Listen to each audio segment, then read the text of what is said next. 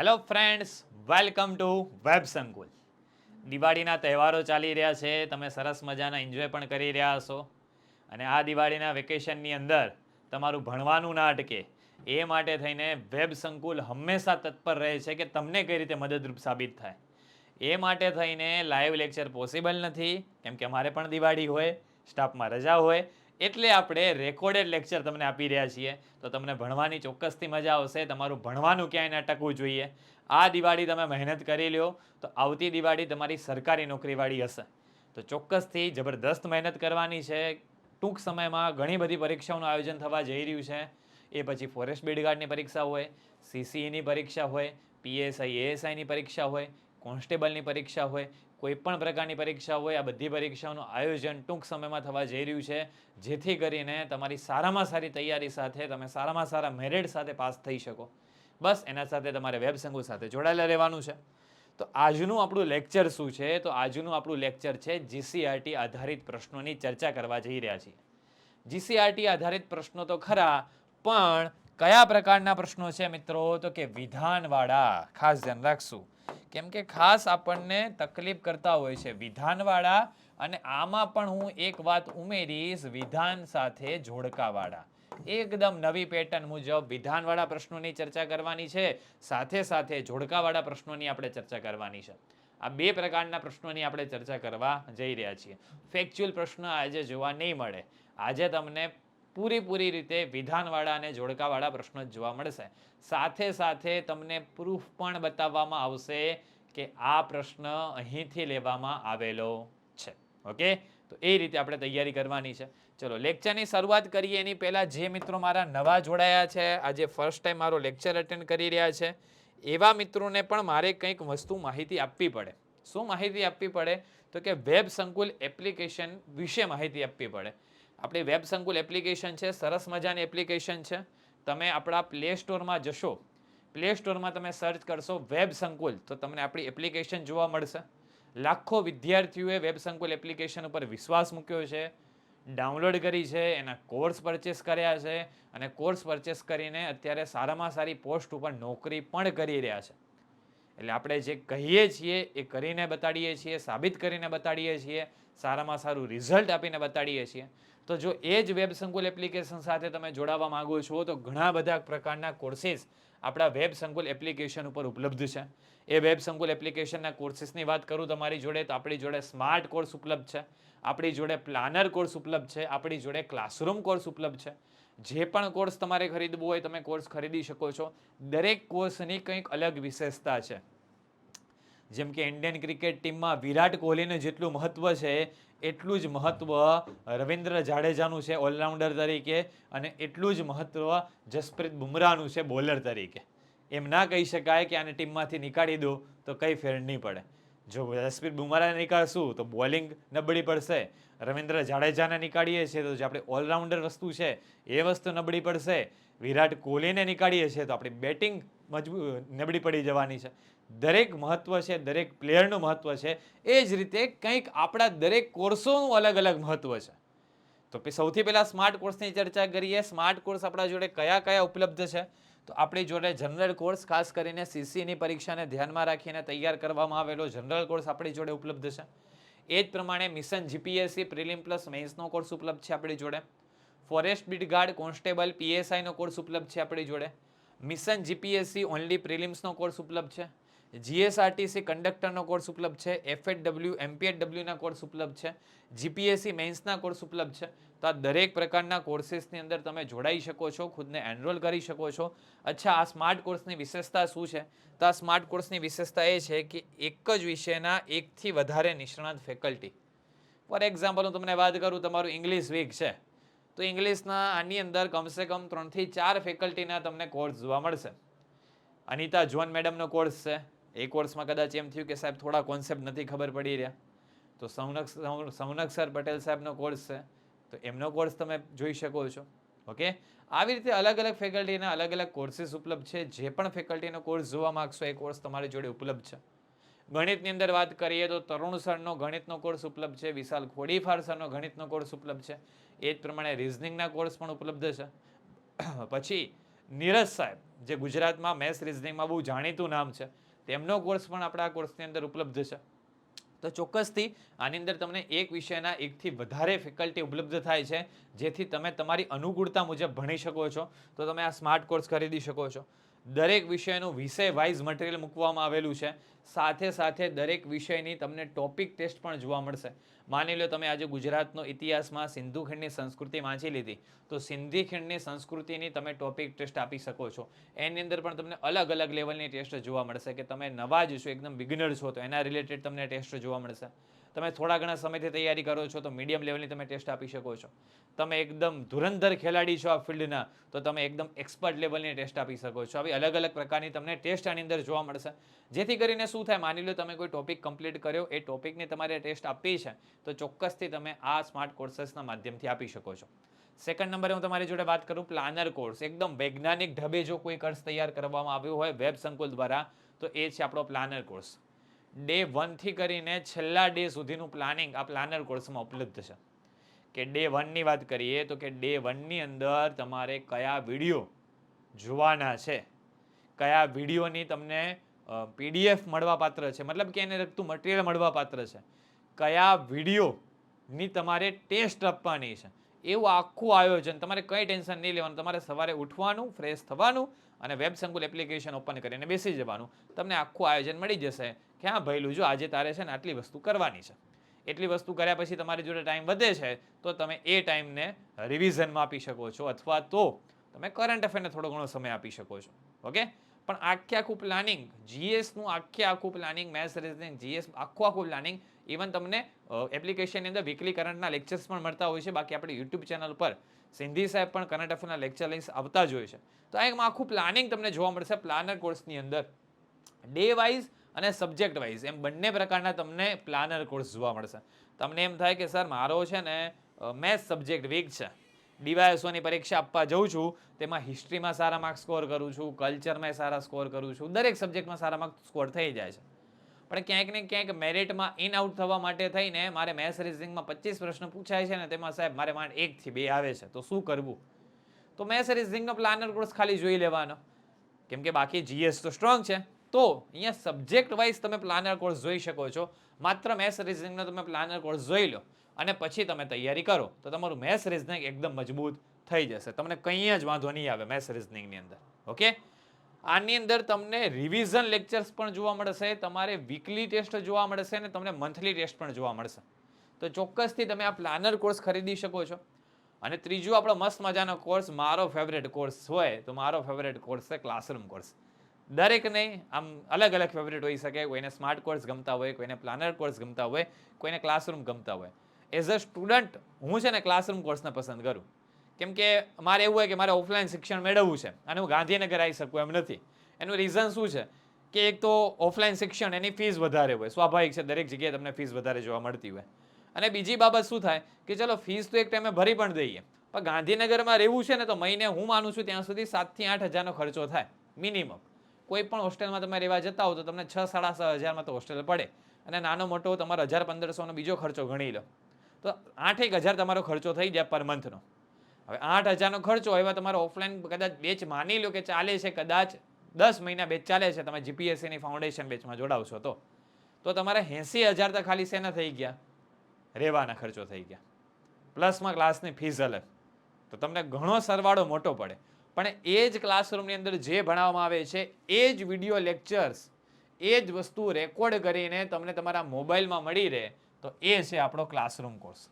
એમાં GPSC classroom course છે, general બેચનો classroom course છે, ઘણા બધા ક્લાસરૂમ કોર્સ આપણી જોડે ઉપલબ્ધ છે. ઓફલાઈન શિક્ષણ જેવું આપવામાં આવે છે એવું જ ઓફલાઈન શિક્ષણ જો તમે ઘરના માધ્યમથી મેળવવા માંગો છો તો ચોક્કસથી આ ક્લાસરૂમ કોર્સની અંદર તમે જોડાઈ શકો છો.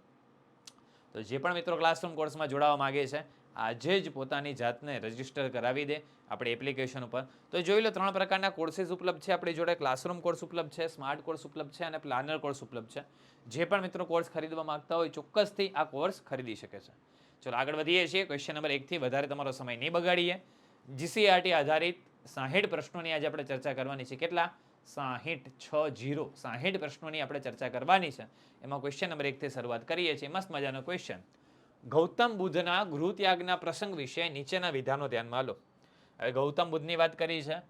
ઇતિહાસમાં એક ટોપિક તમને બહુ અગત્યનો જોવા મળતો હોય છે, એ તમને જોવા મળતો હોય છે બૌદ્ધ અને જૈન. તમને એક આ ટોપિક બહુ અગત્યનો જોવા મળતો હોય છે, બૌદ્ધ અને જૈન. મહાવીર સ્વામી વિશે વાત કરેલી હોય કાં તો ગૌતમ બુદ્ધ વિશે વાત કરેલી હોય, તેમના જન્મ વિશે વાત કરેલી હોય, તેમના માતા પિતા વિશે વાત કરેલી હોય, તેમના ભાઈ બહેન વિશે વાત કરેલી હોય, તેમના ધર્મપત્ની અથવા તો તેમના પુત્ર પુત્રી વિશે કંઈક ને કંઈક વાત કરેલી હોય, તેમના શિષ્યો વિશે વાત કરેલી હોય, તેના ઉપદેશ વિશે વાત કરેલી હોય, તેમની સાથે સંકળાયેલા સ્થળો વિશે વાત કરેલી હોય, ત્યાંથી પ્રશ્ન મેજોરિટીમાં પૂછાતા હોય છે. તો અહીંયા કંઈક વાત કરેલી છે ગૌતમ બુદ્ધના ગૃહત્યાગના પ્રસંગે વિધાનો ચકાસવાના છે. સૌથી પહેલું સ્ટેટમેન્ટ આપેલું છે કે 30 વર્ષની ઉંમરે શું આવશે? 30 વર્ષની ઉંમરે તેમણે ગૃહત્યાગ કર્યો હતો અને સાધુ બનવાનું નક્કી કર્યું હતું ગૌતમ બુદ્ધનું.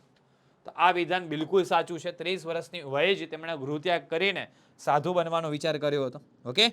અને પછી વાત કરીએ છીએ સારથી, છન અને ઘોડો કંથક. તો પરીક્ષામાં આવો પ્રશ્ન પૂછાય છે. ગૌતમ બુદ્ધની સાથે રાજ્યની બહાર નીકળવામાં મદદરૂપ સાબિત કોણ થાય છે? તો તેમના સારથી છન. અને એવો પ્રશ્ન પૂછાય કે ગૌતમ બુદ્ધના ઘોડાનું નામ શું છે? તો ગૌતમ બુદ્ધના ઘોડાનું નામ શું છે? કંથક. ઓકે. આવો ડેટા પૂછે તો આપણે ખાસ ધ્યાન રાખશું. ગૌતમ બુદ્ધના ઘોડાનું નામ શું છે? તો ગૌતમ બુદ્ધના ઘોડાનું નામ છે કંથક. સારથીનું નામ શું છે? છન છે. અને ઘોડાનું નામ શું છે? કંથક. એ લઈને રાજ્યની બહાર તેઓ નીકળી જાય છે. ગૃહત્યાગ બાદ તેઓ સૌપ્રથમ સારનાથ નામના સ્થળે ગયા હતા. બીજું સ્ટેટમેન્ટ પણ સાચું છે, પણ અહીંયા ખાસ ધ્યાન રાખજો મિત્રો, ગૃહત્યાગ બાદ તેઓ સારનાથ ખાતે નથી જતા. ગૃહત્યાગ બાદ તેઓ રાજગૃહ નામના સ્થળે જાય છે. આ યાદ રાખવાનું છે. ગૃહત્યાગ બાદ તેઓ કયા સ્થળે જાય છે? રાજગૃહ નામના સ્થળે જાય છે. અને આવી જ કન્ફ્યુઝન બાબતો પરીક્ષામાં પૂછાય તો તમારે ખાસ ધ્યાનમાં રાખવાની. પરીક્ષામાં તમારો 1 માર્ક કટ થઈ શકે છે. તો ગૃહત્યાગ બાદ તેઓ સારનાથ ખાતે નથી જતા. ગૃહત્યાગ બાદ તેઓ રાજગૃહ નામના સ્થળે જાય છે. તો અહીંયા ત્રીજું વિધાન ખોટું છે. ગૃહત્યાગ બાદ તેઓ સૌપ્રથમ સારનાથ નામના સ્થળે ગયા હતા. તો વાત બિલકુલ ખોટી છે. ગૃહત્યાગ બાદ તેઓ સૌપ્રથમ કયા સ્થળે ગયા હતા? રાજગૃહ નામના સ્થળે ગયા હતા. તો તમે અહીંયા વિચારીને આન્સર આપી શકો છો કે પહેલું અને બીજું બે વિધાન યોગ્ય છે. ઓકે. આમાં જુઓ ત્રીજું અયોગ્ય છે, પણ તમે આમાં એલિમિનેશન મેથડનો ઉપયોગ ના કરી શકો. ત્રીજું અયોગ્ય કરો ને તો તમારો એક જ ઓપ્શન નીકળે, તમામ યોગ્ય. ઓકે. આ નીકળી ગયું. પછી તમે જુઓ કેટલી ચાલાકીથી મેં ઓપ્શન બનાવ્યા છે. 1 અને 2 યોગ્ય થઈ શકે. તમને ખાલી ખબર છે બીજા સ્ટેટમેન્ટની તો 2 યોગ્ય પણ થઈ શકે. અને તમને ખાલી ખબર છે એક સ્ટેટમેન્ટની તો 1 યોગ્ય પણ થઈ શકે. એટલે 3 ઓપ્શનમાં તમે કન્ફ્યુઝ થાઓ છો. જનરલી પરીક્ષામાં આપણે 2 ઓપ્શનમાં કન્ફ્યુઝ થતા હોઈએ અને આપણે ખોટો ઓપ્શન ટીક કરીને આવતા રહેતા હોઈએ. જનરલી આપણે 2 ઓપ્શનમાં કન્ફ્યુઝ થતા હોઈએ. પણ અહીંયા મેં પ્રશ્ન એ રીતે સેટ કર્યો ને કે તમે 3 ઓપ્શનમાં કન્ફ્યુઝ થઈ રહ્યા છો. ત્રીજું વિધાન ખોટું છે, જ્યારે પહેલા 2 વિધાન સાચા છે. તો ક્લિયર છે. મગજમાં આ ડેટા તમે યાદ રાખી લેજો. મગજમાં શું ડેટા યાદ રાખી લેજો? સૌથી પહેલું કે 30 વર્ષની વયે તેમણે ગૃહત્યાગ કરીને સાધુ બનવાનું નક્કી કર્યું હતું. કેટલા વર્ષની વયે? 30 વર્ષની વયે તેમણે ગૃહત્યાગ કરીને સાધુ બનવાનું નક્કી કર્યું હતું. બીજું સ્ટેટમેન્ટ શું આવશે? સારથી છન અને ઘોડો કંથક એ લઈને તેઓ રાજ્યની બહાર નીકળી જાય છે. આ બાબત પણ તમે યાદ રાખજો. સારથી છન અને ઘોડા કંથકને લઈને તેઓ રાજ્યની બહાર નીકળી જાય છે. સાથે સાથે યાદ રાખીએ ગૃહત્યાગ બાદ તેઓ સૌપ્રથમ સારનાથ નામના સ્થળે ગયા હતા. ગૃહત્યાગ બાદ તેઓ સૌપ્રથમ કયા સ્થળે જાય છે? સારનાથ નામના સ્થળે જાય છે. એ બાબત તમારે યાદ રાખવાની છે. ઓકે. તો એ બાબત તમારે સિમ્પલ યાદ રાખશું. ક્યાં જાય છે? સારનાથ ખાતે નહીં, પણ તેઓ જાય છે રાજગૃહ ખાતે જાય છે. એટલે આપણું આ વિધાન ખોટું બનતું હતું. ઓકે. રાજગૃહ ખાતે જાય છે. તો અહીંયા 1 અને 2 વિધાન કેવા થશે? યોગ્ય વિધાન થશે. 1 અને 2 વિધાન યોગ્ય છે. ચલો હવે સાહેબ એનું પ્રૂફ ક્યાં છે? તો પ્રૂફ આવી રહ્યું. જીસીઆરટીમાં બાબતો આપેલી છે. તમે આ જોઈ શકો છો કે લગભગ 30 વર્ષની વયે જ્ઞાન પ્રાપ્તિ માટે અને સત્યની શોધ માટે તેમણે પોતાના રાજવી પરિવાર અને રાજ્યોને ત્યાગ કરી સંન્યાસી બનવાનું નક્કી કર્યું. તેની સાથે યાદ રાખીએ તો તેમના સારથીનું નામ શું છે? તો તેમના સારથીનું નામ છે છન. સારથીનું નામ શું છે? છન. અને તેમના પ્રિય ઘોડાનું નામ શું છે? તો તેમના પ્રિય ઘોડાનું નામ છે કંથક. સારથીનું નામ શું છે? સારથીનું નામ છે છન. અને તેમના પ્રિય ઘોડાનું નામ શું છે? તો કંથક એ તેમના ઘોડાનું નામ છે. તો આ બાબત આપણે યાદ રાખીશું. ઓકે. અને ખાસ યાદ રાખવા જેવી બાબત છે, ગૃહત્યાગ બાદ તેઓ સૌપ્રથમ ક્યાં જાય છે? તો ગૃહત્યાગ બાદ તેઓ સૌપ્રથમ રાજગૃહ ખાતે જાય છે. અને રાજગૃહ બાદ કયા સ્થળે જાય છે? તો પુરુવેલા નામના સ્થળે જાય છે. આ યાદ રાખજો. ગૃહ ત્યાગ બાદ તેઓ સૌ પ્રથમ રાજગૃહ ખાતે જાય છે અને રાજગૃહ બાદ તેઓ કયા સ્થળે જાય છે? તો પુરુવેલા નામના સ્થળે જાય છે. તો આ બાબત તમે યાદ રાખજો. સૌથી પહેલા રાજગૃહ અને પછી જશે પુરુવેલા નામના સ્થળે. ઓકે, તેની સાથે યાદ રાખીએ તેમણે અહીં 5 બ્રાહ્મણો સાથે તપસ્યા શરૂ કરી હતી. ઓકે, તેમને લાગ્યું કે અનજળનો ત્યાગ કરીને શરીરને કષ્ટ આપવાથી જ્ઞાન પ્રાપ્તિ થશે નહીં. અધ્યાત્મ માર્ગ અને પોતાની તૃષ્ણાઓ પર વિજય મેળવવો એ જ મનુષ્યનું મોટું કર્તવ્ય છે. ઓકે, તો એ બાબત આપણે યાદ રાખીશું. તો જો ઘણા બધા પ્રશ્નો આ તમારા પ્રૂફમાંથી બની શકે છે. ઓકે, ઘણા બધા ક્વેશ્ચન અહીંયા પ્રૂફમાંથી બની શકે છે. કદાચ તમને સ્ક્રીનમાં બ્લર દેખાઈ રહ્યું હોય આ બાબત, કેમ કે આ સ્ક્રીનશોટ છે એટલે કદાચ ઝાંખો દેખાય તમને, તો તમે તમારી ક્વોલિટી થોડી હાઈ કરી દેજો લેક્ચરની. 360 480 ક્વોલિટીમાં જવાનો પ્રયત્ન કરજો. અને તેમ છતાં તમને બ્લર દેખાઈ રહ્યું છે તો કઈ વાંધો નહીં. કેમ કે હું તો બોલી જ રહ્યો છું, તમને સમજાઈ રહ્યો છું, તો તમારે કોઈ ટેન્શન લેવાની જરૂર થતી નથી. આ તો તમારા સંતોષ માટે આપણે સ્ક્રીનશોટ મૂક્યા છે કે હા તમને એવું ફીલ થાય કે ના સાચી વાત છે, પ્રશ્ન જીસીઆરટી માંથી બનાયા છે. ઓકે, ચલો આગળ વધીએ છીએ આપણે. અચ્છા, મસ્ત મજાનું જોડકું જુઓ. ગ્રહોની સંખ્યા કેટલી છે, નક્ષત્રોની સંખ્યા કેટલી છે, અક્ષાંશની સંખ્યા કેટલી છે, રેખાંશની સંખ્યા કેટલી છે? ચલો વિચારીને કમેન્ટ બોક્સમાં કમેન્ટ કરો. ત્યાં સુધી આપણે જોઈએ છીએ શું આન્સર થવો જોઈએ આની અંદર. અક્ષાંશ જે આડી રેખાઓ હોય તેને અક્ષાંશ કહેવાય અને ઊભી રેખાઓ હોય એને શું કહેવામાં આવે છે? એને રેખાંશ કહેવામાં આવે છે. તો સૌથી પહેલા ગ્રહો અત્યારે 8 છે. ગ્રહો અત્યારે 8 છે, જેની અંદર હું થોડા ગ્રહોની વાત કરું તો બુધ ગ્રહથી શરૂઆત થાય છે. સૂર્યની વાત કરીએ, આ સૂર્ય છે તો સૂર્યની સૌથી નજીકનો ગ્રહ કયો છે? બુધ ગ્રહ છે. બુધ ગ્રહ પછી કયો આવે છે? શુક્ર ગ્રહ. પૃથ્વીના જોડિયા ગ્રહ તરીકે, પૃથ્વીના જોડિયા ગ્રહ તરીકે કયા ગ્રહને ઓળખવામાં આવે છે? તો પૃથ્વીના જોડિયા ગ્રહ તરીકે શુક્ર ગ્રહને ઓળખવામાં આવે છે. ગ્રહમંડળનો સૌથી તેજસ્વી ગ્રહ કયો છે? આવો પ્રશ્ન પૂછાય કે આપણા ગ્રહમંડળ, આપણા સૂર્યમંડળનો સૌથી તેજસ્વી ગ્રહ કયો છે? તો શુક્ર ગ્રહ એ સૌથી તેજસ્વી ગ્રહ આવશે. બુધ, શુક્ર અને પછી આપણું આવશે પૃથ્વી. બુધ, શુક્ર પછી આપણું શું આવશે? પૃથ્વી. બુધ, શુક્ર અને પછી આપણી શું આવશે? પૃથ્વી આવશે. જે સૂર્યમંડળ છે એમાં એકમાત્ર ગ્રહ જ્યાં સજીવ સૃષ્ટિ માનવો વસવાટ કરતા હોય એ ગ્રહ છે આપણો પૃથ્વી. પૃથ્વી પછી તમને જોવા મળશે મંગળ. મંગળ જેને બે ઉપગ્રહ છે, ફોબોસ અને ડિમોસ. અચ્છા, યાદ રાખજો બુધ અને શુક્રની વાત કરીએ તો તેને એક પણ ઉપગ્રહ નથી. બુધ અને શુક્રની વાત કરીએ તો તેને એક પણ ઉપગ્રહ આવેલા નથી. મંગળની વાત કરીએ તો બે અગત્યના ઉપગ્રહ છે, ફોબોસ અને ડિમોસ. પૃથ્વીની વાત કરીએ તો પૃથ્વીને અગત્યનો એક ઉપગ્રહ છે. એ ઉપગ્રહ કયો છે? ચંદ્ર છે. ઓકે, એ ઉપગ્રહ કયો છે? ચંદ્ર છે. મંગળ પછી તમને કયો ગ્રહ જોવા મળશે? તો મંગળ પછી તમને ગ્રહ જોવા મળશે ગુરુ. સૌથી વધારે ઉપગ્રહ ધરાવતો ગ્રહ કયો? સૌથી વધારે ઉપગ્રહ ધરાવતો ગ્રહ કયો? તો ગુરુ. સૂર્યમંડળમાં સૌથી મોટા કદનો ગ્રહ કયો? આવું પૂછાય. સૂર્યમંડળમાં સૌથી મોટા કદનો ગ્રહ કયો? તો કે ગુરુ. ઓકે, સૌથી વધારે યાદ રાખજો, સૌથી વધારે ઉપગ્રહ, તો સૌથી વધારે ઉપગ્રહ ગુરુને. કદમાં સૌથી મોટો, ખાસ ધ્યાન રાખશું, કદમાં સૌથી મોટો ઉપગ્રહ કયો? તો ગુરુ. અને ગુરુ પછી આવે છે શનિ. શનિની વાત કરીએ તો એને શનિને વલયો આવેલા છે. ઓકે, વલયો ધરાવતો ગ્રહ કયો છે? એવો પ્રશ્ન પૂછાય. વિશિષ્ટ પ્રકારના વલયો ધરાવતો ગ્રહ કયો છે? તો શનિ ગ્રહ છે. પછી યુરેનસ અને નેપચ્યુન ક્રમશઃ ગ્રહ આવે છે. તો ગ્રહોની સંખ્યા કેટલી થાય છે? તો ગ્રહોની સંખ્યા થાય છે 8. પહેલા પ્લુટોને ગ્રહ ગણવામાં આવતો હતો, હવે પ્લુટોને ગ્રહ ગણવામાં આવતો નથી. આ બાબત ખાસ ધ્યાન રાખશો.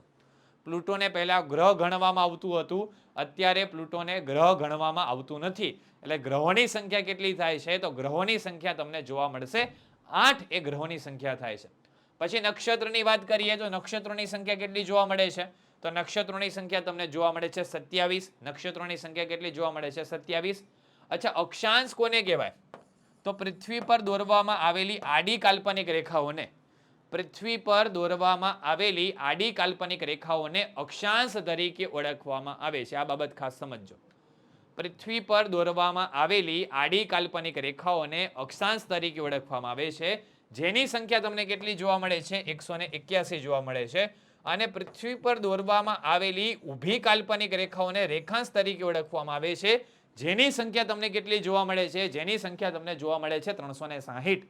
તો આ બાબત તમે યાદ રાખજો. પૃથ્વી પર દોરેલી આડી કાલ્પનિક રેખાઓને કહેવાય અક્ષાંશ, જેની સંખ્યા છે 181. પૃથ્વી પર દોરવામાં આવેલી ઊભી રેખાઓને કહેવામાં આવે છે રેખાંશ, જેની સંખ્યા કેટલી છે? જેની સંખ્યા છે 360. જેની સંખ્યા કેટલી જોવા મળે છે? 360 જેની સંખ્યા તમને જોવા મળશે. ક્લિયર છે? તો આટલી બાબતો તમે યાદ રાખશું.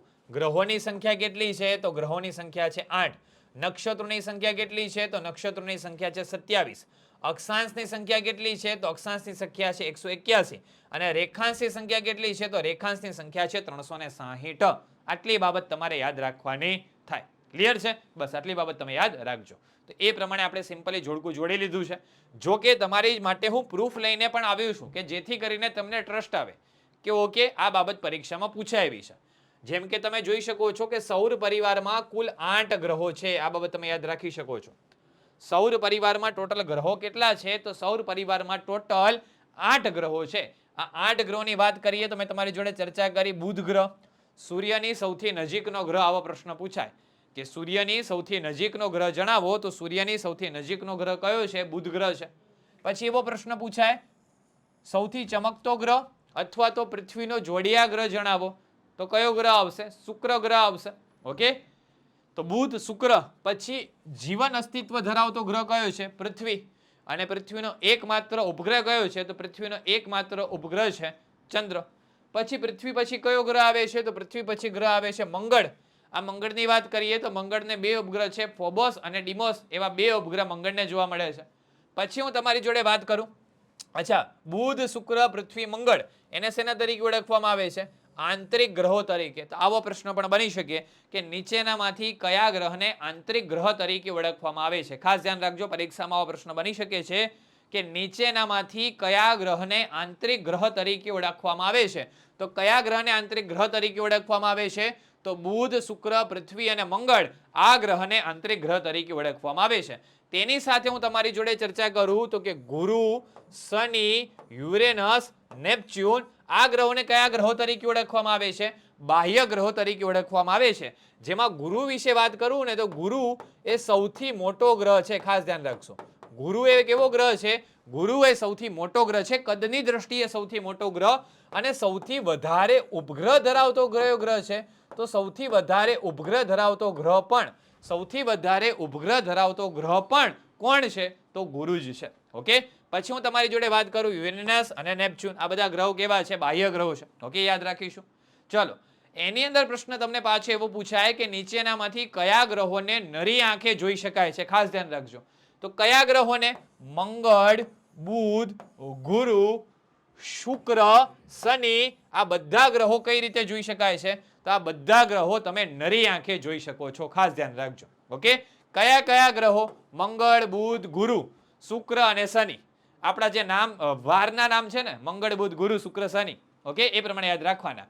મંગળ, બુધ, ગુરુ, શુક્ર, શનિ. સિમ્પલી તમને બીજું યાદ રહે કે ના રહે આ પ્રમાણે યાદ રાખી દેવાનું. જે વાર છે આપણા એની શરૂઆત કરવાની મંગળવારથી શરૂઆત કરવાની. મંગળ, બુધ, ગુરુ, શુક્ર, શનિ. બસ આટલા ગ્રહ તમને કેવા છે? તો નરી આંખે દેખાતા ગ્રહો છે. તો ખાસ ધ્યાન રાખશું, બુધ, શુક્ર, પૃથ્વી, મંગળ એ કેવા ગ્રહો છે? આંતરિક ગ્રહો છે. ગુરુ, શનિ, યુરેનસ, નેપચ્યુન એ કેવા ગ્રહો છે? તે બાહ્ય ગ્રહો છે. અને ખાસ ધ્યાન રાખીએ છીએ નરી આંખે કયા ગ્રહો દેખાય છે? તો મંગળ, બુધ, ગુરુ, શુક્ર અને શનિ એ કેવા ગ્રહો છે? નરી આંખે દેખાતા ગ્રહ છે. ઓકે, આગળ વાત કરીએ છીએ નક્ષત્ર. તો વિશાળ અર્થમાં કોઈ પણ તારાઓનો સમૂહ અથવા એકલો તારો પણ નક્ષત્ર કહેવાય છે. ઓકે, તે બાબત આપણે યાદ રાખીશું. આ નક્ષત્રોની સંખ્યા કેટલી છે? નામ કયા કયા છે? એવો પ્રશ્ન પૂછાય તો તમે જુઓ અગત્યના કંઈક નક્ષત્રો આપેલા છે, જેમ કે અશ્વિની, રેવતી, વિશાખા, પુનર્વસુ, મૃગશીર્ષ, રોહિણી, પુષ્ય, આદ્રા આ બધા થઈને કુલ 27 જેટલા નક્ષત્રો તમને જોવા મળે છે. ઓકે, આદ્રા, સ્વાતિ આવા બધા તમને કેટલા નક્ષત્રો જોવા મળે છે? 27 સંખ્યા જોવા મળે છે. તો સૌથી પહેલી બાબત આપણે યાદ રાખી, ગ્રહોની સંખ્યા કેટલી છે? તો ગ્રહોની સંખ્યા 8 છે. નક્ષત્રોની સંખ્યા કેટલી છે? તો નક્ષત્રોની સંખ્યા 27 છે. ઓકે, તે બાબત આપણે યાદ રાખીશું. ક્લિયર છે? ચલો, અને એમાં પણ હમણાં જ પુષ્ય નક્ષત્ર ગયું. આ પુષ્ય નક્ષત્ર સોના ચાંદીની ખરીદી માટે ખૂબ જ મહત્વનું ગણવામાં આવે છે. ચલો આગળ વધીએ છીએ નેક્સ્ટ ટોપિક તરફ આપણા, તો કે અક્ષાંશ. અક્ષાંશની તમારી જોડે વાત કરી દીધી મેં. પૃથ્વીના ગોળા ઉપર દોરવામાં આવેલી, ખાસ ધ્યાન રાખજો, પૃથ્વીના ગોળા ઉપર દોરવામાં આવેલી આડી કાલ્પનિક રેખાઓને અક્ષાંશ કહેવાય છે. પૃથ્વીના ગોળા ઉપર દોરવામાં આવેલી આડી કાલ્પનિક રેખાઓને શેના તરીકે ઓળખવામાં આવે છે? અક્ષાંશ તરીકે ઓળખવામાં આવે છે. અને આ અક્ષાંશોની સંખ્યા કેટલી છે? તો આ અક્ષાંશોની સંખ્યા છે 181. એ જ પ્રમાણે પૃથ્વીના ગોળા ઉપર દોરવામાં આવેલી ઊભી કાલ્પનિક રેખાઓને શેના તરીકે ઓળખવામાં આવે છે? તો એને ઓળખવામાં આવે છે રેખાંશ તરીકે. પૃથ્વીના ગોળા ઉપર દોરવામાં આવેલી ઊભી કાલ્પનિક રેખાઓને શેના તરીકે ઓળખવામાં આવે છે? તો એને ઓળખવામાં આવે છે રેખાંશ તરીકે. અને આ રેખાંશોની સંખ્યા કેટલી છે? તો આ રેખાંશોની સંખ્યા 360 છે. ઓકે, તો એ બાબત તમે યાદ રાખશો. જેમાં 0 રેખાંશ અને 180 રેખાંશ એ મહત્વના આવશે. તો જો આડી કાલ્પનિક રેખા છે એને શું કહેવાય છે? અક્ષાંશ. અને ઊભી કાલ્પનિક રેખા છે એને શું કહેવાય છે? રેખાંશ. અક્ષાંશોની સંખ્યા કેટલી છે? તો 181 એ અક્ષાંશોની સંખ્યા છે. જ્યારે રેખાંશોની સંખ્યા કેટલી છે? તો 360 એ રેખાંશોની સંખ્યા છે. ઓકે, તો આટલી બાબત આપણે યાદ રાખીશું. ચલો આગળ વધીએ છીએ નેક્સ્ટ ક્વેશ્ચન તરફ. ગૌતમ બુદ્ધને બોધિગયા ખાતે પીપળાના વૃક્ષ નીચે વૈશાખી પૂર્ણિમાએ જ્ઞાન પ્રાપ્તિ થઈ હતી. ગૌતમ બુદ્ધ દ્વારા સારનાથ ખાતે સૌપ્રથમ 5 બ્રાહ્મણ મિત્રોને ઉપદેશ આપવામાં આવેલો હતો. 2 સ્ટેટમેન્ટ આપેલા છે. ઓકે, 2 સ્ટેટમેન્ટ આપેલા છે ક્વેશ્ચન નંબર 3 માં. તો બંને સ્ટેટમેન્ટ અહીંયા સાચા છે. ગૌતમ બુદ્ધ વિશે વાત કરીએ તો ગૌતમ બુદ્ધને બોધિગયા ખાતે પીપળાના વૃક્ષ નીચે સૌપ્રથમ વખત વૈશાખી પૂર્ણિમાએ જ્ઞાન પ્રાપ્તિ થઈ હતી. વાત બિલકુલ સાચી છે. અને ગૌતમ બુદ્ધની જ વાત કરીએ તો ગૌતમ બુદ્ધ દ્વારા સારનાથ ખાતે સૌપ્રથમ 5 બ્રાહ્મણ મિત્રોને ઉપદેશ આપવામાં આવ્યો હતો. તો અહીંયા બંને વિધાનો કેવા છે? તો બંને વિધાનો યોગ્ય છે. ઓકે, અને હું મિત્રોને વારંવાર કહેતો હોઉં છું, જ્યારે 3 વિધાન હશે તો કદાચ તમે એલિમિનેશન મેથડનો ઉપયોગ કરી શકો. 4 વિધાન હોય તો તમે કદાચ એલિમિનેશન મેથડનો ઉપયોગ કરી શકો. પણ જ્યારે 2 વિધાન હશે ત્યારે તમે એલિમિનેશન મેથડનો ઉપયોગ કરી શકો નહીં. કેમ કે બંને વિધાનથી પરિચિત હોવા જોઈએ. ઓપ્શન એ રીતે સેટ કર્યા હશે કે 1 યોગ્ય, 2 યોગ્ય, બંને યોગ્ય કે બંને અયોગ્ય. આ રીતે જ ઓપ્શન સેટ કરેલા હશે. ચલો હવે અહીંયા આપણે એનું પ્રૂફ જોઈ લઈએ. પ્રૂફ આપેલું છે. બોધિગયા ખાતે એક પીપળાના વૃક્ષ નીચે બેસી તેમણે સત્ય અને જ્ઞાન પ્રાપ્તિ માટે સાધના શરૂ કરી હતી. ઘણા દિવસોની સાધના પછી વૈશાખી, ખાસ ધ્યાન રાખજો, ક્યારે? વૈશાખી પૂર્ણિમાના દિવસે તેમને જ્ઞાન પ્રાપ્ત થયું હતું. યાદ રાખશું કયા દિવસે? વૈશાખી પૂર્ણિમાના દિવસે તેમને જ્ઞાન પ્રાપ્ત થયું હતું. જ્ઞાન પ્રાપ્ત થતા સિદ્ધાર્થમાંથી તેઓ બુદ્ધ થયા. અને બુદ્ધનો અર્થ જાગ્રત કે જ્ઞાની થાય છે. પાછળથી તેઓ સેના તરીકે? તો પાછળથી તેઓ ગૌતમ બુદ્ધ તરીકે ઓળખાયા. પાછળથી તેઓ સેના તરીકે ઓળખાયા? ગૌતમ બુદ્ધ તરીકે પાછળથી તેઓ ઓળખાય છે. તે બાબત આપણે યાદ રાખીશું. જ્ઞાન પ્રાપ્તિ બાદ બુદ્ધ સારનાથ ગયા, જ્યાં તેમને જૂના બ્રાહ્મણ મિત્રો મળ્યા. સૌપ્રથમ વખત તેમણે આ 5 બ્રાહ્મણ મિત્રોને સારનાથ ખાતે ઉપદેશ આપ્યો હતો. ઓકે, 5 બ્રાહ્મણ મિત્રોને ક્યાં ઉપદેશ આપે છે? તો સારનાથ ખાતે ઉપદેશ આપે છે. ઓકે, ખાસ ધ્યાન રાખશું. તેમણે 4 આર્ય સત્ય ઉપર ફોકસ કર્યું હતું. પરીક્ષામાં પ્રશ્ન પૂછાતા હોય છે કે આ 4 આર્ય સત્ય કોના દ્વારા આપવામાં આવેલા છે? તો કે ગૌતમ બુદ્ધ દ્વારા આપવામાં આવેલા છે. કયા 4 આર્ય સત્ય? તો કે સંસાર દુઃખમય છે. સૌથી પહેલું સ્ટેટમેન્ટ સંસાર દુઃખમય છે. બીજું સ્ટેટમેન્ટ દુઃખનું કારણ તૃષ્ણા છે. દુઃખનું કારણ શું છે? તૃષ્ણા છે. ત્રીજું સ્ટેટમેન્ટ દુઃખનો નાશ એ તૃષ્ણાનો ત્યાગ કરે છે. દુઃખનો નાશ એ તૃષ્ણાનો ત્યાગ કરે છે. અને ચોથું આપેલું છે અષ્ટાંગિક માર્ગ. ખાસ ધ્યાન રાખજો. 4 આર્ય સત્ય આપેલા છે. કયા કયા? સંસાર દુઃખમય છે, દુઃખનું કારણ તૃષ્ણા છે, દુઃખનો નાશ તૃષ્ણાનો ત્યાગ છે, અને અષ્ટાંગિક માર્ગ. આવા 4 આર્ય સત્ય ગૌતમ બુદ્ધ દ્વારા આપવામાં આવેલા છે. કોના દ્વારા? ગૌતમ બુદ્ધ દ્વારા આપવામાં આવેલા છે. ઓકે, તો ખાસ ધ્યાન રાખશો. અહીંયાથી ફેક્ચ્યુઅલ બાબતો અથવા પરીક્ષાલક્ષી બાબતો ઘણી એવી પૂછાઈ શકે છે. જેવી કે બોધિગયા ખાતે પીપળાના વૃક્ષ નીચે, બોધિગયા ખાતે પીપળાના વૃક્ષ નીચે સત્ય અને જ્ઞાનની પ્રાપ્તિ થઈ હતી વૈશાખી પૂર્ણિમાના દિવસે. ઓકે, બુદ્ધનો અર્થ શું થાય છે? જાગ્રત અથવા જ્ઞાની, એ બુદ્ધનો અર્થ થાય છે. તેની સાથે વાત કરીએ, જ્ઞાન પ્રાપ્તિ બાદ બુદ્ધ ક્યાં જાય છે? સારનાથ જાય છે, જ્યાં તેમને જૂના બ્રાહ્મણ મિત્રો મળે છે અને તેમને ઉપદેશ આપે છે. ક્યાં ઉપદેશ આપે છે? સારનાથ ખાતે તેમને ઉપદેશ આપે છે. બુદ્ધના પ્રથમ ઉપદેશને કઈ ઘટના તરીકે ઓળખવામાં આવે છે? ધર્મ ચક્ર પ્રવર્તન. ખાસ ધ્યાન રાખશો. બુદ્ધના ઉપદેશની આ ઘટનાને ધર્મ ચક્ર પ્રવર્તન ઘટના તરીકે ઓળખવામાં આવે છે.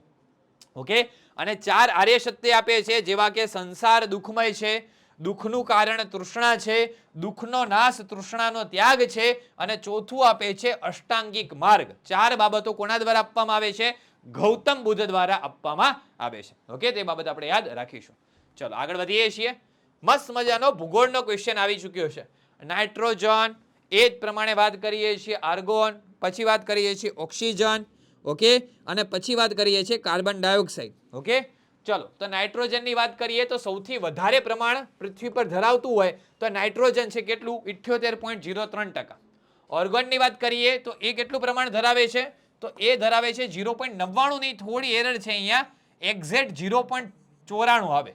એક્ઝેક્ટ કેટલું પ્રમાણ ધરાવે છે? 0.94 પ્રમાણ ધરાવે છે. ખાસ ધ્યાન રાખશો, એક્ઝેક્ટ એ 0.94% પ્રમાણ ધરાવે છે.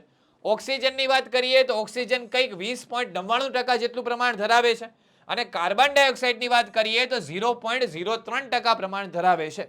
તો ભૂગોળની દ્રષ્ટિએ આ પ્રકારના પ્રશ્ન પૂછાઈ શકે છે કે પૃથ્વી ઉપર કયા વાયુનું કેટલું પ્રમાણ જોવા મળે છે, અથવા કઈ ખનિજનું કેટલું પ્રમાણ જોવા મળે છે. કોઈ પણ પ્રકારનો પ્રશ્ન તમને જોવા મળી શકે છે. અને આ બાબત પાછી જીસીઆરટીમાં આપેલી છે, આપણે સરળતાથી જોડકું જોડી દીધું છે. ક્વેશ્ચન નંબર 4 ની વાત કરીએ તો તમે અહીંયા જોઈ શકો છો, અહીંયાથી જોડકું બની શકે છે. જેવું કે નાઇટ્રોજનનું પ્રમાણ કેટલું જોવા મળે છે? 78.03% નાઇટ્રોજનનું પ્રમાણ જોવા મળે છે. ઓક્સિજનનું પ્રમાણ કેટલું જોવા મળે છે? 20.99% ઓક્સિજનનું પ્રમાણ જોવા મળે છે. ઓર્ગનનું પ્રમાણ 0.94% ઓર્ગનનું પ્રમાણ જોવા મળે છે. કાર્બન ડાયોક્સાઇડ તો કાર્બન ડાયોક્સાઇડનું પ્રમાણ 0.03% જોવા મળે છે. અને અન્ય વાયુઓ 0.01%માં જોવા મળે છે. ક્લિયર છે?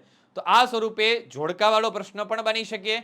આ જ બાબત ફેક્ચ્યુઅલ ડેટામાં પણ પૂછી શકે અને આ જ બાબત વિધાનવાળા પ્રશ્નોમાં પણ પૂછી શકે. ગમે તે રીતે પૂછે, આપણે આટલો ડેટા યાદ રાખવાનો છે કે નાઇટ્રોજનનું પ્રમાણ કેટલું છે? તો નાઇટ્રોજનનું પ્રમાણ છે 78.03% એ નાઇટ્રોજનનું પ્રમાણ છે. ઓક્સિજનનું પ્રમાણ કેટલું છે? તો કે 20.99% એ ઓક્સિજનનું પ્રમાણ છે. ઓર્ગનનું પ્રમાણ કેટલું છે? તો એનું પ્રમાણ 0.94% છે. કાર્બન ડાયોક્સાઇડનું પ્રમાણ કેટલું છે? 0.03% છે. અને અન્ય વાયુઓનું પ્રમાણ કેટલું છે? તો 0.01% એ અન્ય વાયુઓનું પ્રમાણ આવશે. ઓકે, તો આ બાબત તમારે યાદ રાખવાની થાય છે. આગળ વધીએ છીએ નેક્સ્ટ ક્વેશ્ચન તરફ. જૈન ધર્મ વિશે મસ્ત મજાના સ્ટેટમેન્ટ આપેલા છે. જૈન ધર્મમાં કુલ 24 તીર્થંકરો થયા. સૌથી પહેલું સ્ટેટમેન્ટ, જૈન ધર્મના પ્રથમ તીર્થંકર ઋષભદેવ અથવા તો આદિનાથ તરીકે જાણીતા છે. જૈન ધર્મની વાત કરીએ, જૈન ધર્મમાં ટોટલ તીર્થંકરો કેટલા થઈ ચૂક્યા છે? તો આ જૈન ધર્મમાં ટોટલ તીર્થંકરો એ 24 જેટલા ટોટલ તીર્થંકરો થઈ ચૂક્યા છે. કેટલા તીર્થંકર થઈ ચૂક્યા છે? 24 જેટલા તીર્થંકર થઈ ચૂક્યા છે. તો આ વાત બિલકુલ સાચી છે. અને જૈન ધર્મના પ્રથમ તીર્થંકર કોણ હતા? તો જૈન ધર્મના પ્રથમ તીર્થંકર ઋષભદેવ અથવા તો આદિનાથ. ઋષભદેવ અથવા તો આદિનાથ એ જૈન ધર્મના પ્રથમ તીર્થંકર હતા. તો અહીંયા આપેલી બંને બાબતો કેવી છે? બંને બાબતો યોગ્ય છે. ચલો જૈન ધર્મ વિશે થોડી ચર્ચા કરીએ. બૌદ્ધ ધર્મની જેમ ભારતીય સમાજ જીવનમાં જૈન ધર્મનું પણ અગત્યનું સ્થાન છે. ખાસ ધ્યાન રાખશું, જૈન ધર્મમાં કુલ 24 તીર્થંકરો થઈ ચૂક્યા છે. જૈન ધર્મ સાથે સંકળાયેલો કોઈ એક અગત્યનો ગ્રંથ હોય તો એ આગમ ગ્રંથ તરીકે ઓળખાય છે. આગમ ગ્રંથો જૈન ધર્મને જાણવા માટે ખૂબ મહત્વનો સ્ત્રોત છે. આ ગ્રંથો પ્રમાણે જૈન ધર્મના પ્રથમ તીર્થંકર કોણ છે? ઋષભદેવ અથવા તો આદિનાથ એ જૈન ધર્મના પ્રથમ તીર્થંકર છે. ઋષભદેવ અથવા તો આદિનાથ એ શું છે? જૈન ધર્મના પ્રથમ તીર્થંકર છે. સાથે સાથે વાત કરીએ, જૈન ધર્મના 23મા તીર્થંકર પાર્શ્વનાથ એ જૈન ધર્મના 23મા તીર્થંકર છે. જીપીએસસીની પરીક્ષામાં આવો પ્રશ્ન પૂછાઈ ગયો કે પાર્શ્વનાથ એ કોના પુત્ર હતા? તો કાશ્મીરના રાજા અશ્વસેનના પુત્ર હતા. ઓકે, તો યાદ રાખશું. પ્રથમ તીર્થંકર કોણ છે? જૈન ધર્મના ઋષભદેવ કે જેઓ આદિનાથ તરીકે પરિચિત છે. 23મા તીર્થંકર કોણ છે? તો પાર્શ્વનાથ છે, જેઓ કાશીના રાજા અશ્વસેનના પુત્ર હતા. અને પછી વાત કરીએ છીએ 24મા તીર્થંકર જે મહાવીર સ્વામી હતા. ઓકે, તો જૈન ધર્મના આપણે 24 તીર્થંકર આપણે યાદ રાખવાના છે. આગળ વધીએ છીએ, જોડકા જોડવાના છે. યુરોપ, દક્ષિણ અમેરિકા, જર્મની અને ઉત્તર અમેરિકા, રોકીઝ, હોસ્ટ, આલ્પ્સ અને એન્ડીઝ કયા પ્રકારની પર્વતમાળા એ કયા દેશ સાથે સંકળાયેલી છે એ તમારે જોડકું જોડવાનું છે. તમે સૌ પરિચિત છો કે એશિયામાં એટલે કે ભારતની અંદર હિમાલય આવે, એનાથી તમે પરિચિત છો. ઓકે, એ જ પ્રમાણે યુરોપમાં આલ્પ્સ આવે, ઉત્તર અમેરિકામાં રોકીઝ આવે અને દક્ષિણ અમેરિકામાં એન્ડીઝ આવે. ઓકે, ઉત્તર અમેરિકામાં શું આવશે? ઉત્તર અમેરિકામાં રોકીઝ, દક્ષિણ અમેરિકામાં એન્ડીઝ, યુરોપમાં આલ્પ્સ અને જર્મનીમાં હોસ્ટ. ઓકે, આ રીતે જોડકું જોડવાનું છે ક્વેશ્ચન નંબર 6 નું. ઓકે, ચલો આગળ વધીએ છીએ, એની સમજૂતી જોઈ લઈએ છીએ. આપણે યાદ રાખવા જેવી બાબત, પરીક્ષા લક્ષી બાબત છે. એશિયામાં કઈ પર્વતમાળા જોવા મળે છે? હિમાલય. હિમાલય એશિયામાં ખાસ કરીને ભારત સાથે સંકળાયેલી પર્વતમાળા છે. પછી યુરોપમાં કઈ પર્વતમાળા જોવા મળે છે? તો યુરોપમાં જોવા મળે છે આલ્પ્સ. પછી ઉત્તર અમેરિકામાં કઈ જોવા મળે છે? રોકીસ. અને દક્ષિણ અમેરિકામાં કઈ જોવા મળે છે? એન્ડીઝ. એ મુખ્ય ઘેડ પર્વત છે. તો પરીક્ષામાં આ પ્રશ્ન પણ બની શકે કે નીચેનામાંથી અગત્યના ઘેડ પર્વતનું ઉદાહરણ આપો. આવો ક્વેશ્ચન બની શકે. નીચેનામાંથી અગત્યના ઘેડ પર્વતનું ઉદાહરણ આપો. તો ઘેડ પર્વતના ઉદાહરણો કયા કયા છે? એશિયામાં હિમાલય, યુરોપમાં આલ્પ્સ, ઉત્તર અમેરિકામાં રોકીસ, દક્ષિણ અમેરિકામાં એન્ડીઝ. આ બધા શેના એક્ઝામ્પલ છે? ઘેડ પર્વતના એક્ઝામ્પલ છે. ઘેડ પર્વતના બધા એક્ઝામ્પલ આવશે. સાથે સાથે આવું જોડકું પણ બની શકે કે ક્યાં કઈ પર્વતમાળા છે? તો કે એશિયામાં હિમાલય છે, યુરોપમાં આલ્પ્સ છે, ઉત્તર અમેરિકામાં રોકીસ છે અને દક્ષિણ અમેરિકામાં એન્ડીઝ છે. ક્લિયર છે? તો ગમે તે રીતે પ્રશ્ન બની શકે. ઘેડ પર્વતમાળાના એક્ઝામ્પલ તરીકે પણ પ્રશ્ન બની શકે, અથવા તો કઈ પર્વતમાળા એ કયા દેશમાં આવેલી છે પ્રશ્ન એ રીતે પણ બની શકે. તો તમારે એના પર ફોકસ કરવાનો છે. ઓકે, ચલો આગળ વધીએ છીએ. મહાવીર સ્વામી અંગે કયા વિધાનો સાચા છે? 3 સ્ટેટમેન્ટ આપેલા છે. તેમનો જન્મની વાત કરીએ તો ગણરાજ્ય કુંડગ્રામમાં થયો હતો. પછી તેમના બાળપણની વાત કરીએ તો તેમના બાળપણનું નામ વર્ધમાન હતું. અને ત્રીજી વાત કરીએ કે તેમના પિતાનું નામ રાહુલ હતું. એવું સ્ટેટમેન્ટ આપેલું છે. ચલો વિચારીને આન્સર આપવાનો છે. શું આન્સર થવો જોઈએ? તો ખાસ ધ્યાન રાખજો. પિતાનું નામ શું હતું? પિતાનું નામ હતું સિદ્ધાર્થ. અને તેમને એક પુત્રી હતી. પુત્રીનું નામ હતું પ્રિયદર્શિની. ઓકે, ખાસ ધ્યાન રાખજો. પુત્રી હતી, પુત્રીનું નામ પ્રિયદર્શિની હતું અને પિતાનું નામ હતું સિદ્ધાર્થ. ઓકે, તે બાબત તમે યાદ રાખી શકો છો. 1 અને 2 વિધાન સાચા છે. તમે આ જોઈ શકો છો. મહાવીર સ્વામી વજી સંઘના એક ગણરાજ્ય કુંડગ્રામના ભ્રાતૃક ક્ષત્રિય વંશમાં મહાવીર સ્વામીનો જન્મ થયો હતો. આ મહાવીર સ્વામીના બાળપણનું નામ ખાસ કરીને પરીક્ષામાં પૂછાયેલું છે અને હજી પણ પૂછાશે કે મહાવીર સ્વામીના બાળપણનું નામ જણાવો. તો મહાવીર સ્વામીનું બાળપણનું નામ વર્ધમાન હતું. મહાવીર સ્વામીના પિતાનું નામ શું હતું? સિદ્ધાર્થ હતું. ઓકે, મહાવીર સ્વામીની માતાનું નામ શું હતું? ત્રિશલા દેવી મહાવીર સ્વામીની માતાનું નામ હતું. અને તેમના મોટા ભાઈનું નામ શું હતું? નંદીવર્ધન તેમના મોટા ભાઈનું નામ હતું. ઓકે, ચલો તો એ બાબત આપણે યાદ રાખીશું. તેમના મેરેજ કોની સાથે થયેલા છે? રાજકુમારી યશોદા સાથે થયેલા છે. અને તેમની પુત્રીનું નામ શું છે? પ્રિયદર્શિની. એ તેમની પુત્રીનું નામ આવશે. તો આટલી બાબત તમે મહાવીર સ્વામી વિશે યાદ રાખી શકો છો. પિતાનું નામ સિદ્ધાર્થ, માતાનું નામ ત્રિશલા દેવી, ભાઈનું નામ નંદીવર્ધન, પુત્રીનું નામ પ્રિયદર્શની અને ધર્મપત્નીનું નામ યશોદા. ઓકે, આટલી બેઝિક ફેમિલી ડિટેલ્સ યાદ રાખો. પરીક્ષામાં પ્રશ્ન બને તો આવડી જવું જોઈએ. આગળ વધીએ છીએ. વિસુવિયસ, કોટોપક્ષી, બેરન અને ફ્યુઝિયામા. હવે આમાં બીજું કઈ આવડે કે ના આવડે એટલું તો ખબર પડી જાય. બેરન અંદમાન નિકોબાર એટલે કે ભારત સાથે, અને ફ્યુઝિયામા તો કે જાપાન સાથે.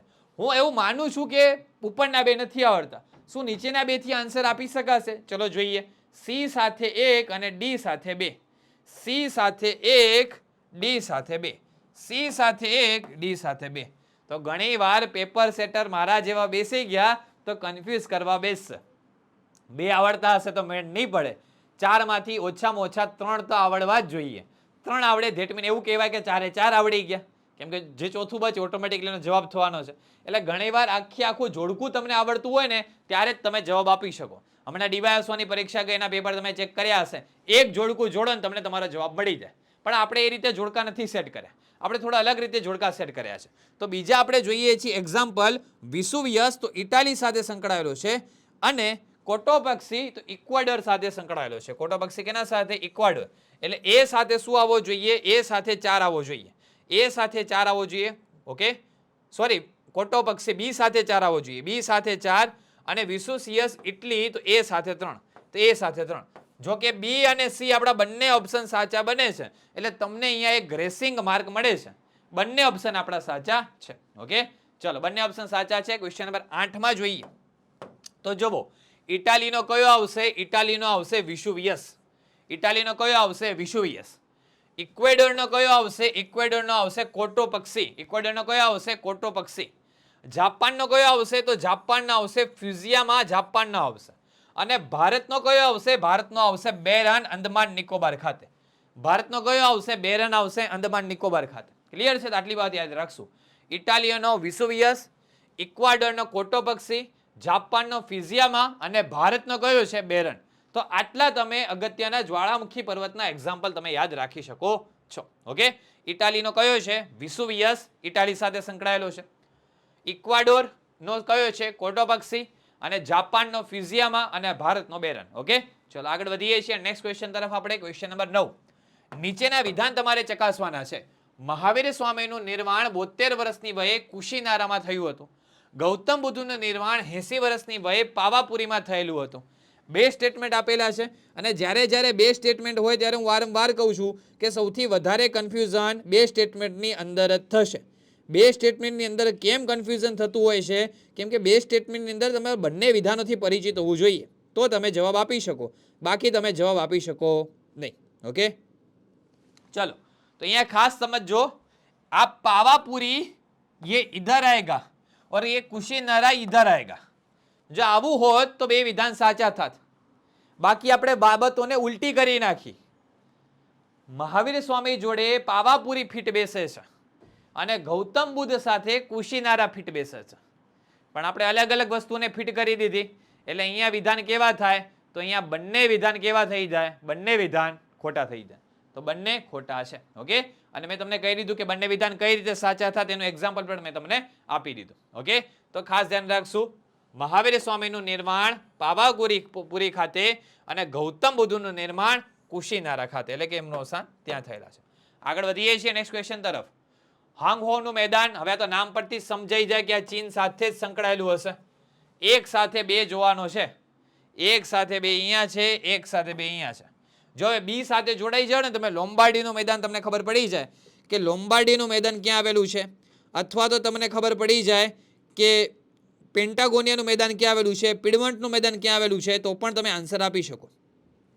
તો લોમ્બાર્ડીનું મેદાન ક્યાં આવશે? ઇટાલી સાથે લોમ્બાર્ડીનું મેદાન, એટલે બી સાથે 4. તો આપણને આપણો જવાબ મળી ગયો, સરળતાથી આપણને આપણો જવાબ મળી ગયો. ઓકે, ચલો તો અહીંયા જોઈએ છીએ આપણે મેદાનો બધા. ઓકે, તો તમે અહીંયા જોઈ શકો છો, ચીનમાં કયું મેદાન છે? ચીનમાં હોંગહોનું મેદાન છે. ઇટાલીમાં કયું મેદાન છે? લોમ્બાર્ડીનું મેદાન છે. ઓકે, તે કાંપના મેદાનના વિશિષ્ટ દ્રષ્ટાંત છે. ખાસ કરીને નિક્ષેપણના મેદાનનું દ્રષ્ટાંત તેને કહી શકાય છે. જ્યારે પેન્ટાગોનિયા જે દક્ષિણ અમેરિકામાં આવેલું છે અને પિડમોન્ટ જે યુએસમાં આવેલું છે એ પર્વત પ્રાંતીય ઉચ્ચ પ્રદેશના એક્ઝામ્પલ છે. ઓકે, આ બે મેદાનના એક્ઝામ્પલ છે, આ બે પર્વત પ્રાંતીય ઉચ્ચ પ્રદેશના એક્ઝામ્પલ છે. તો આવો પ્રશ્ન બની શકે, શેનું એક્ઝામ્પલ શું છે? ઓકે, ચલો આગળ વધીએ છીએ.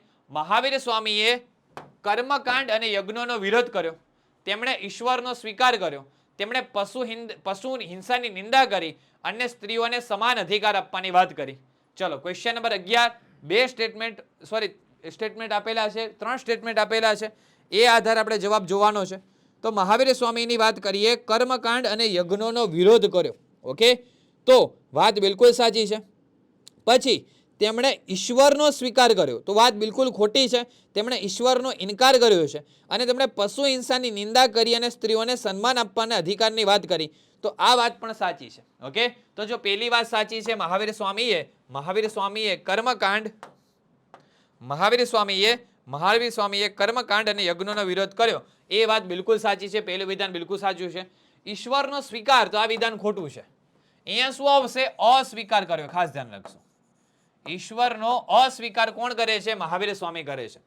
તેમણે પશુ હિંસાની નિંદા કરી અને સ્ત્રીઓને સમાન અધિકાર આપવાની વાત કરી, તો આ વાત સાચી છે.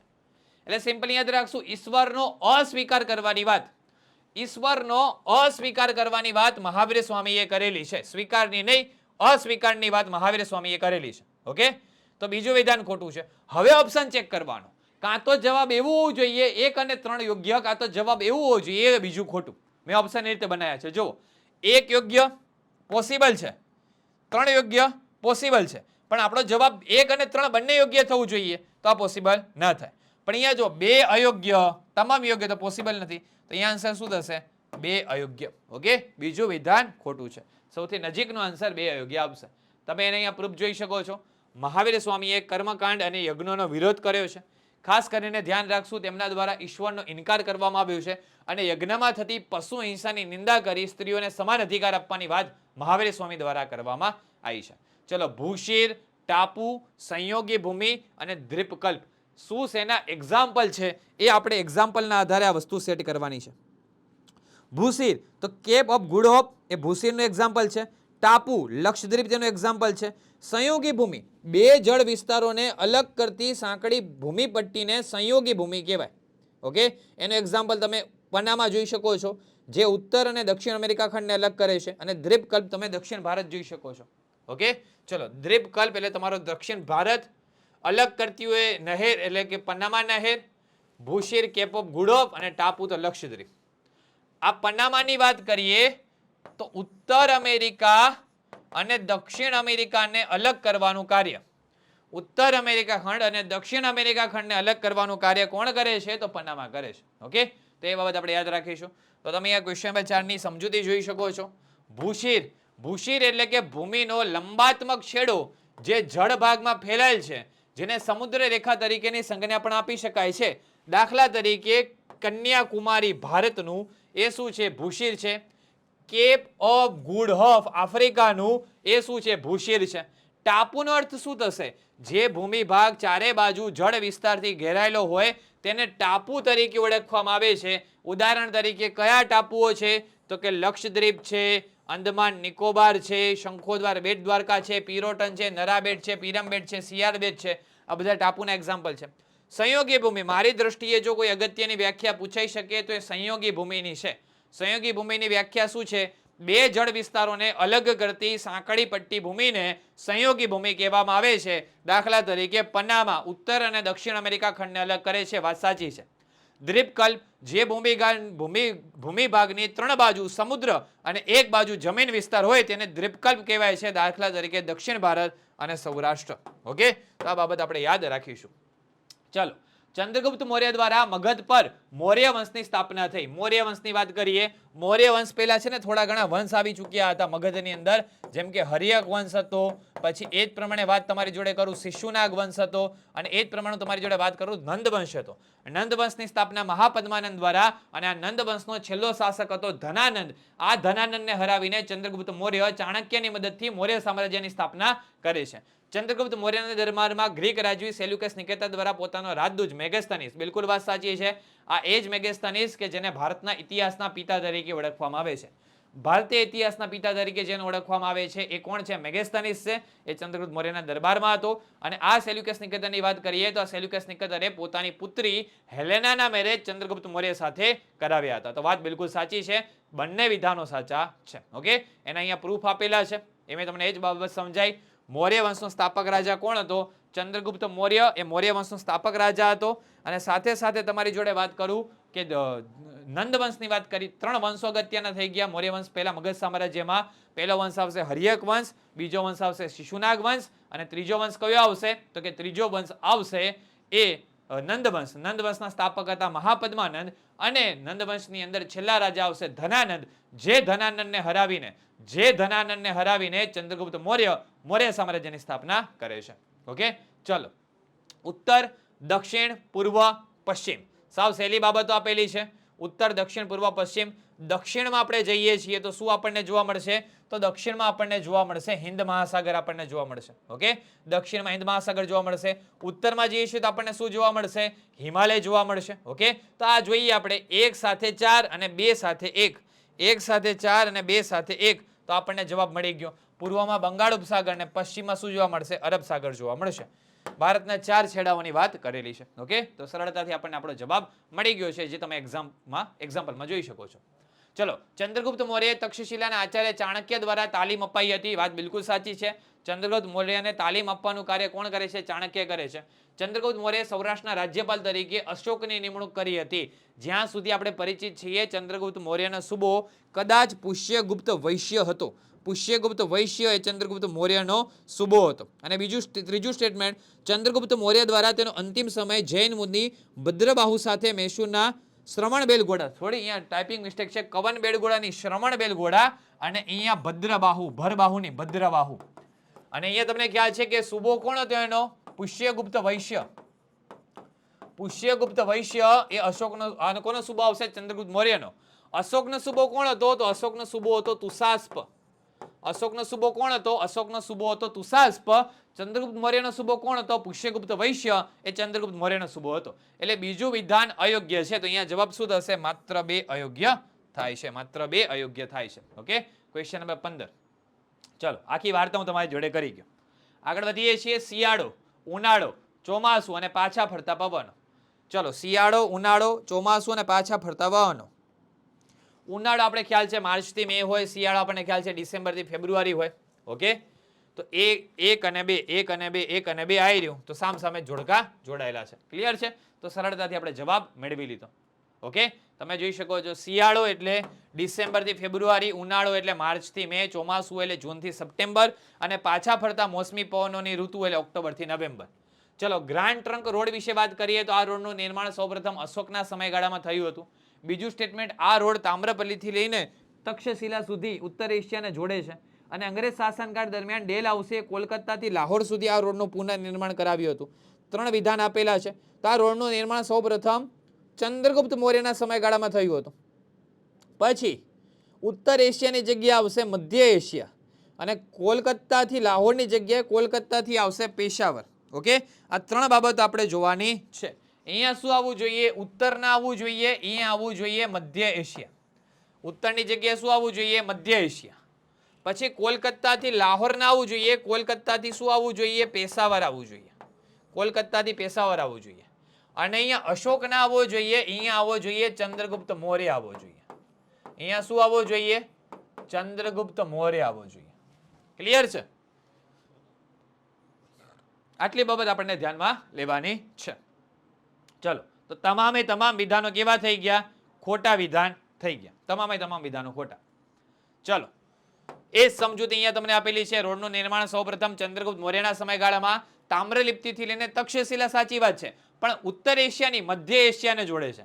અને ડેલ હાઉસે કોલકાતાથી પેશાવર નહીં, સોરી કોલકાતાથી લાહોર નહીં, કોલકાતાથી પેશાવર સુધી પુનઃનિર્માણ કરાવ્યું હતું. ચલો, કથકલી નૃત્ય, નૃત સંસ્કૃત શબ્દ ઉપરથી નૃત્ય શબ્દ ઉતરી આવ્યો છે. નૃત્ય શબ્દ કઈ રીતે? નૃત નામના સંસ્કૃત શબ્દ ઉપરથી નૃત્ય શબ્દ ઉતરી આવ્યો છે. એમાં શાસ્ત્રીય નૃત્ય તમને 8 જેટલા જોવા મળે છે. એમાં અહીંયા 2-3 શાસ્ત્રીય નૃત્ય આપેલા છે, જેમ કે કથકલી શાસ્ત્રીય નૃત્ય તો કે કેરળ સાથે, કથક શાસ્ત્રીય નૃત્ય તો કે ઉત્તર પ્રદેશ સાથે, કુચીપુડી શાસ્ત્રીય નૃત્ય તો આંધ્રપ્રદેશ સાથે. આ બધા શાસ્ત્રીય નૃત્ય છે. જ્યારે બિહુ એ લોકનૃત્ય છે, બિહુ એ આવશે આસામ સાથે. ઓકે, તો સરળતાથી આપણે જોડકું જોડી દીધું છે.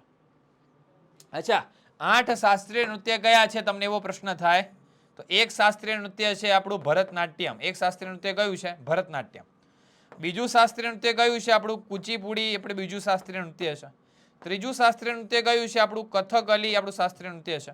ભરતનાટ્યમ, કુચીપુડી, કથકલી. પછી હું તમારી જોડે વાત કરું મોહિની અટ્ટમ. મોહિની અટ્ટમ, મોહિની અટ્ટમ. પછી હું તમારી જોડે ચર્ચા કરું કેરળ. પછી હું તમારી જોડે વાત કરું ઓડિસી. પછી હું તમારી જોડે વાત કરું ક્ષત્રિયા અને લાસ્ટ આવશે મણિપુરી.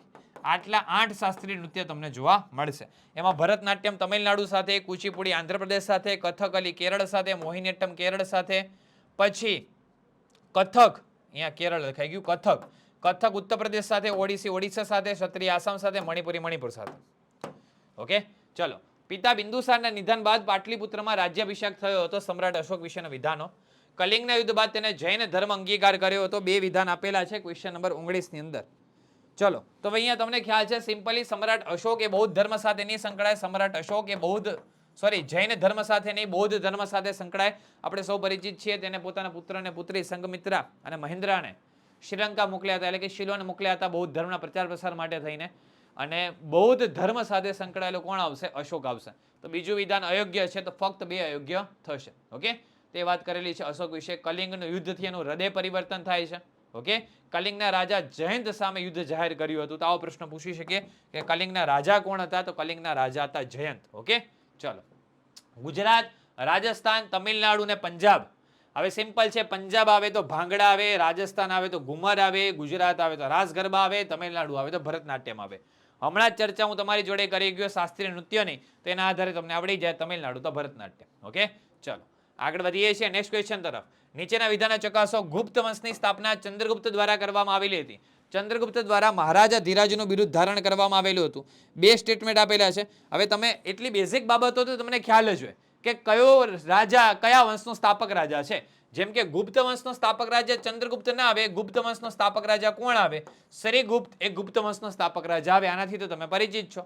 ગુપ્ત વંશનો સ્થાપક રાજા કોણ આવે? તો ગુપ્ત વંશનો સ્થાપક રાજા શ્રીગુપ્ત આવે. ઓકે, તેનાથી પરિચિત છો. તો પહેલું વિધાન ખોટું, બીજું વિધાન સાચું, તો ફક્ત બે યોગ્ય થશે. એના પ્રૂફ અહીંયા આપેલા જ છે કે મગધના સામ્રાજ્યમાં શ્રીગુપ્ત દ્વારા ગુપ્ત વંશની સ્થાપના કરવામાં આવે છે.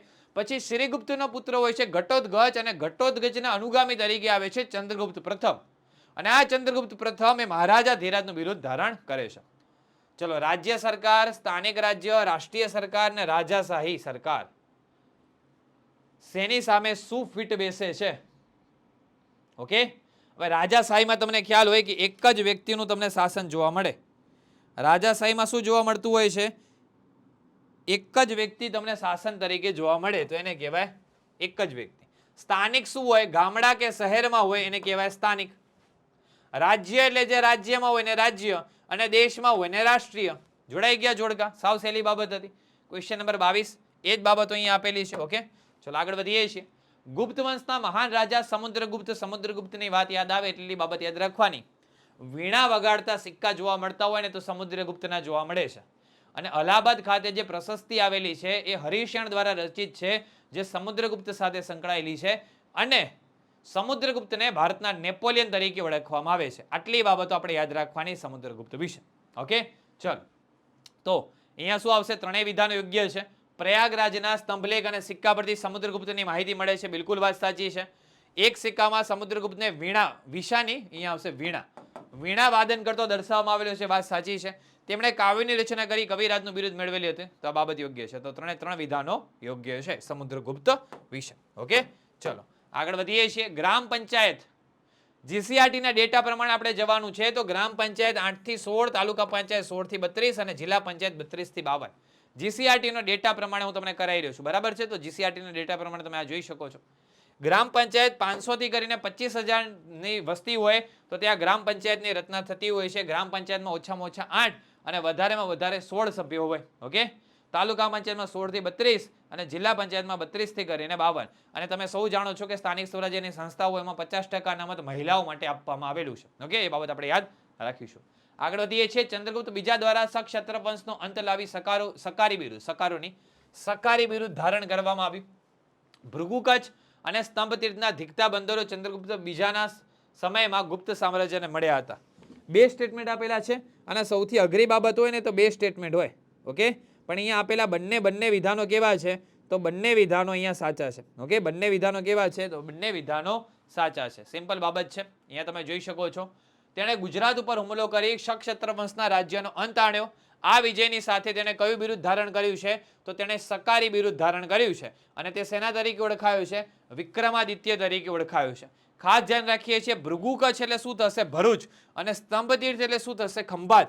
ભૃગુકચ્છ અને સ્તંભતીર્થના ધીકતા બંદરો ગુપ્ત સામ્રાજ્યને મળ્યા હતા. ઓકે, એ બાબત આપણે યાદ રાખીશું.